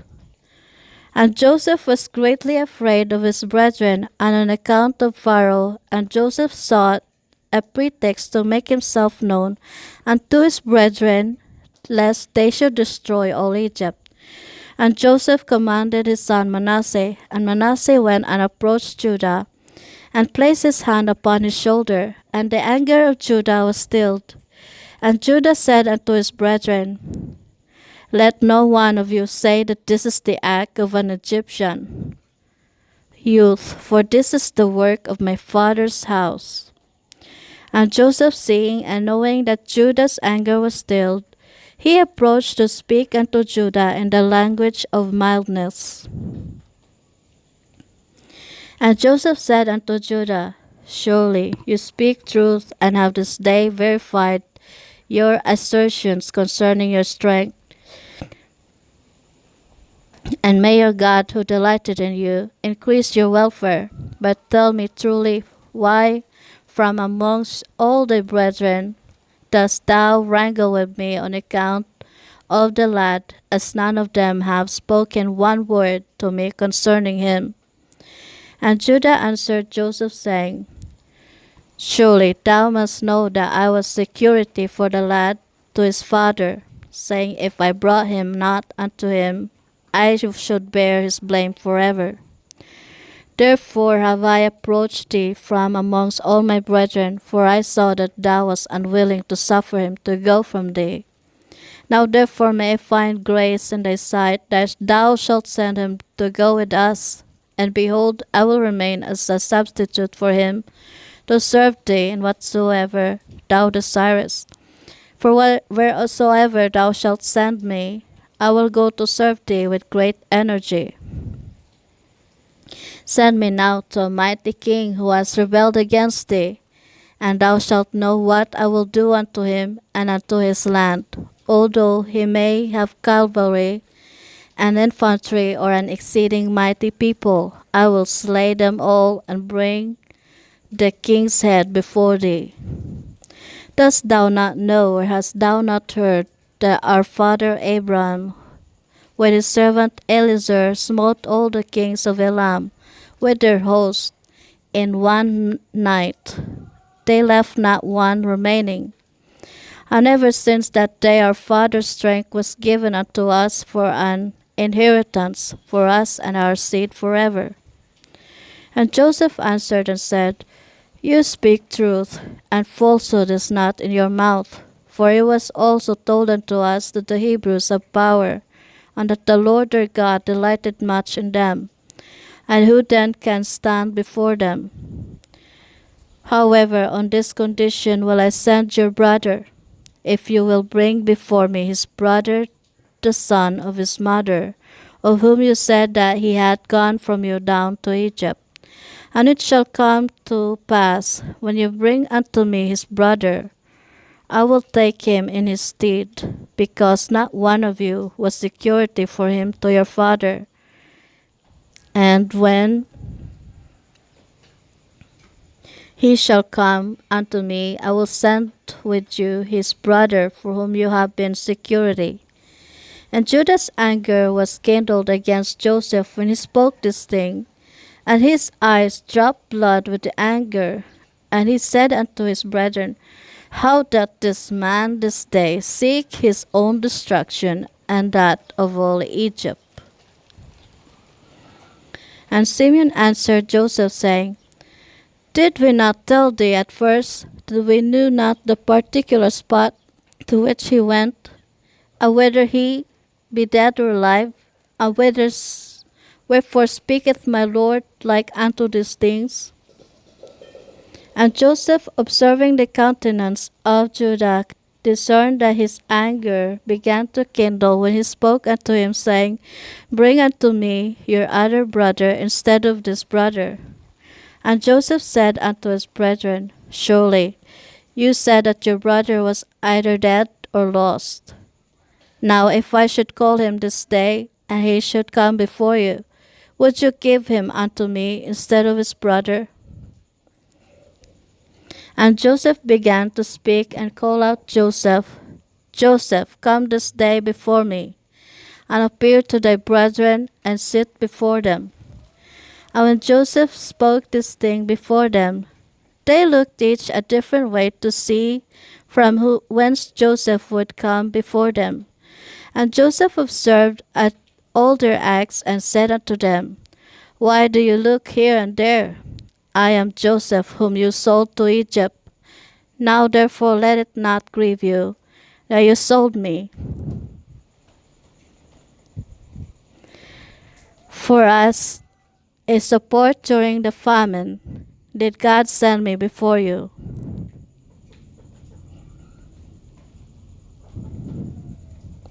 And his brethren were terrified at him when they heard the words of Joseph.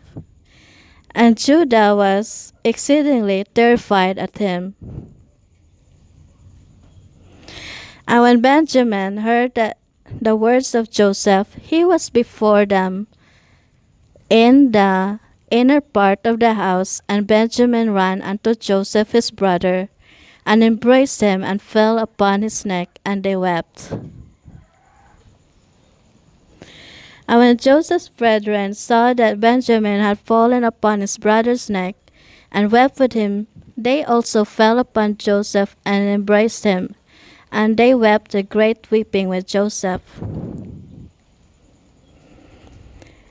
And the voice was heard in the house of Joseph that they were Joseph's brethren, and it pleased Pharaoh exceedingly, for he was afraid of them, lest they should destroy Egypt. And Pharaoh sent his servants unto Joseph to congratulate him concerning his brethren who had come to him. And all the captains of the armies and troops that were in Egypt came to rejoice with Joseph. And all Egypt rejoiced greatly about Joseph's brethren. And Pharaoh sent his servants to Joseph, saying, tell thy brethren to fetch all belonging to them, and let them come unto me, and I will place them in the best part of the land of Egypt. And they did so.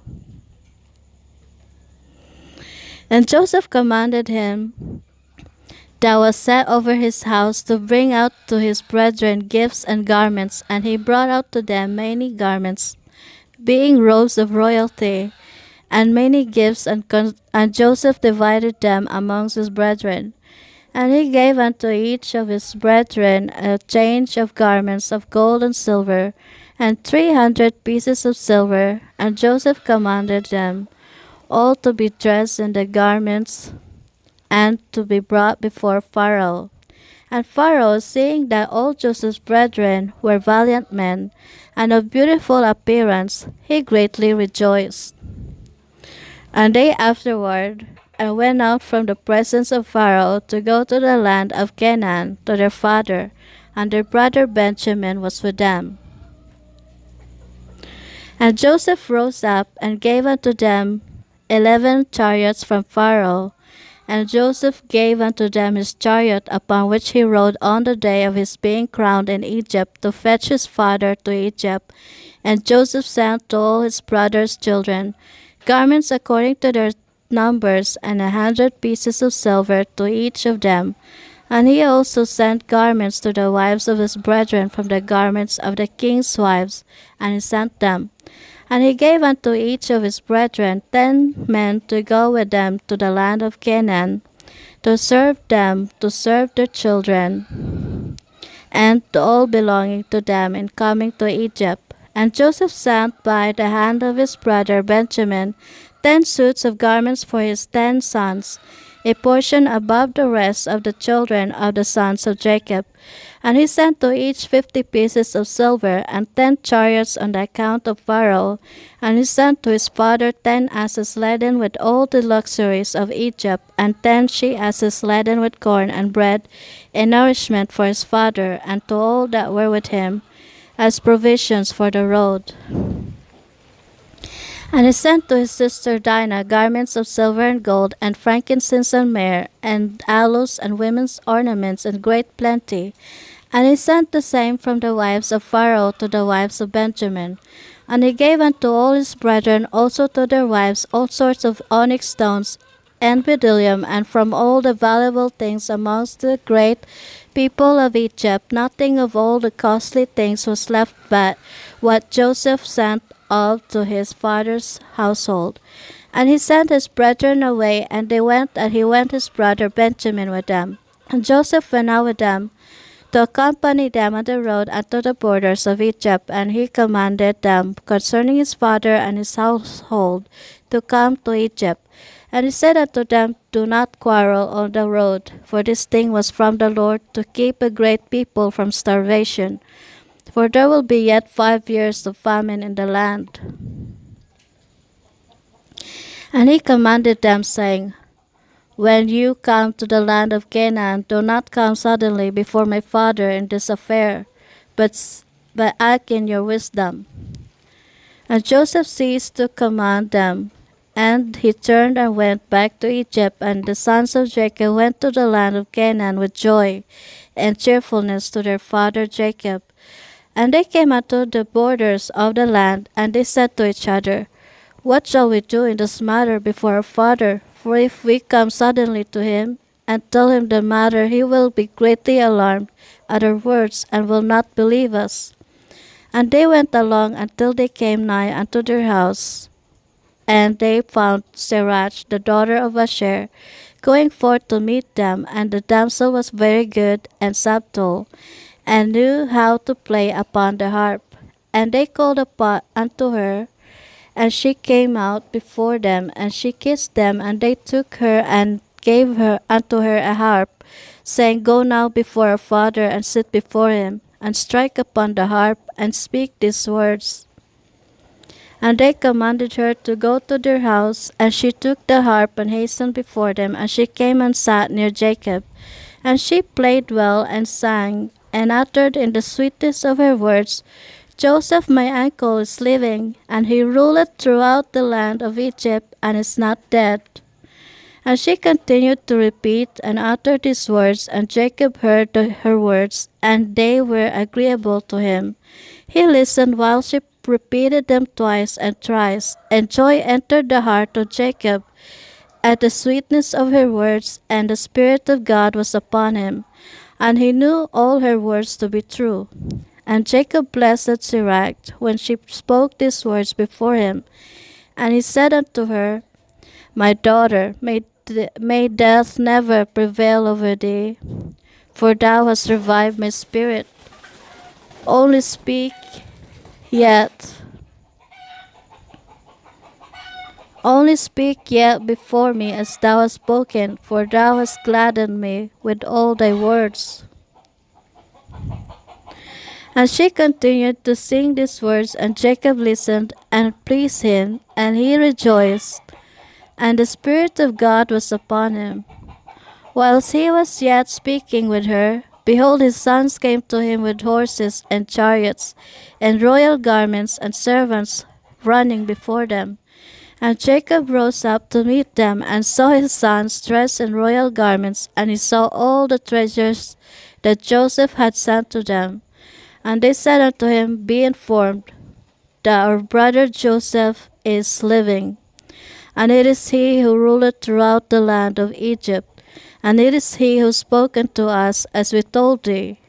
And Jacob heard all the words of his sons, and his heart palpitated at their words, for he could not believe them until he saw all that Joseph had given them, and what he had sent him, and all the signs which Joseph had spoken unto them. And they opened out before him, and showed him all that Joseph had sent. They gave unto each what Joseph had sent him, and he knew that they had spoken the truth, and he rejoiced exceedingly on account of his son. And Jacob said, It is enough for me that my son Joseph is still living. I will go and see him before I die. And his sons told him all that had befallen them. And Jacob said, I will go down to Egypt to see my son and his offspring. And Jacob rose up and put on the garments which Joseph had sent him. And after he had washed and shaved his hair, he put upon his head a turban which Joseph had sent him. And all the people of Jacob's house and their wives put on ornaments which Joseph had sent to them, and they greatly rejoiced at Joseph that he was still living, and that he was ruling in Egypt. And all the inhabitants of Canaan heard of this thing, and they came and rejoiced much with Jacob that he was still living. And Jacob made a feast for them for 3 days, and all the kings of Canaan and nobles of the land ate and drank and rejoiced in the house of Jacob.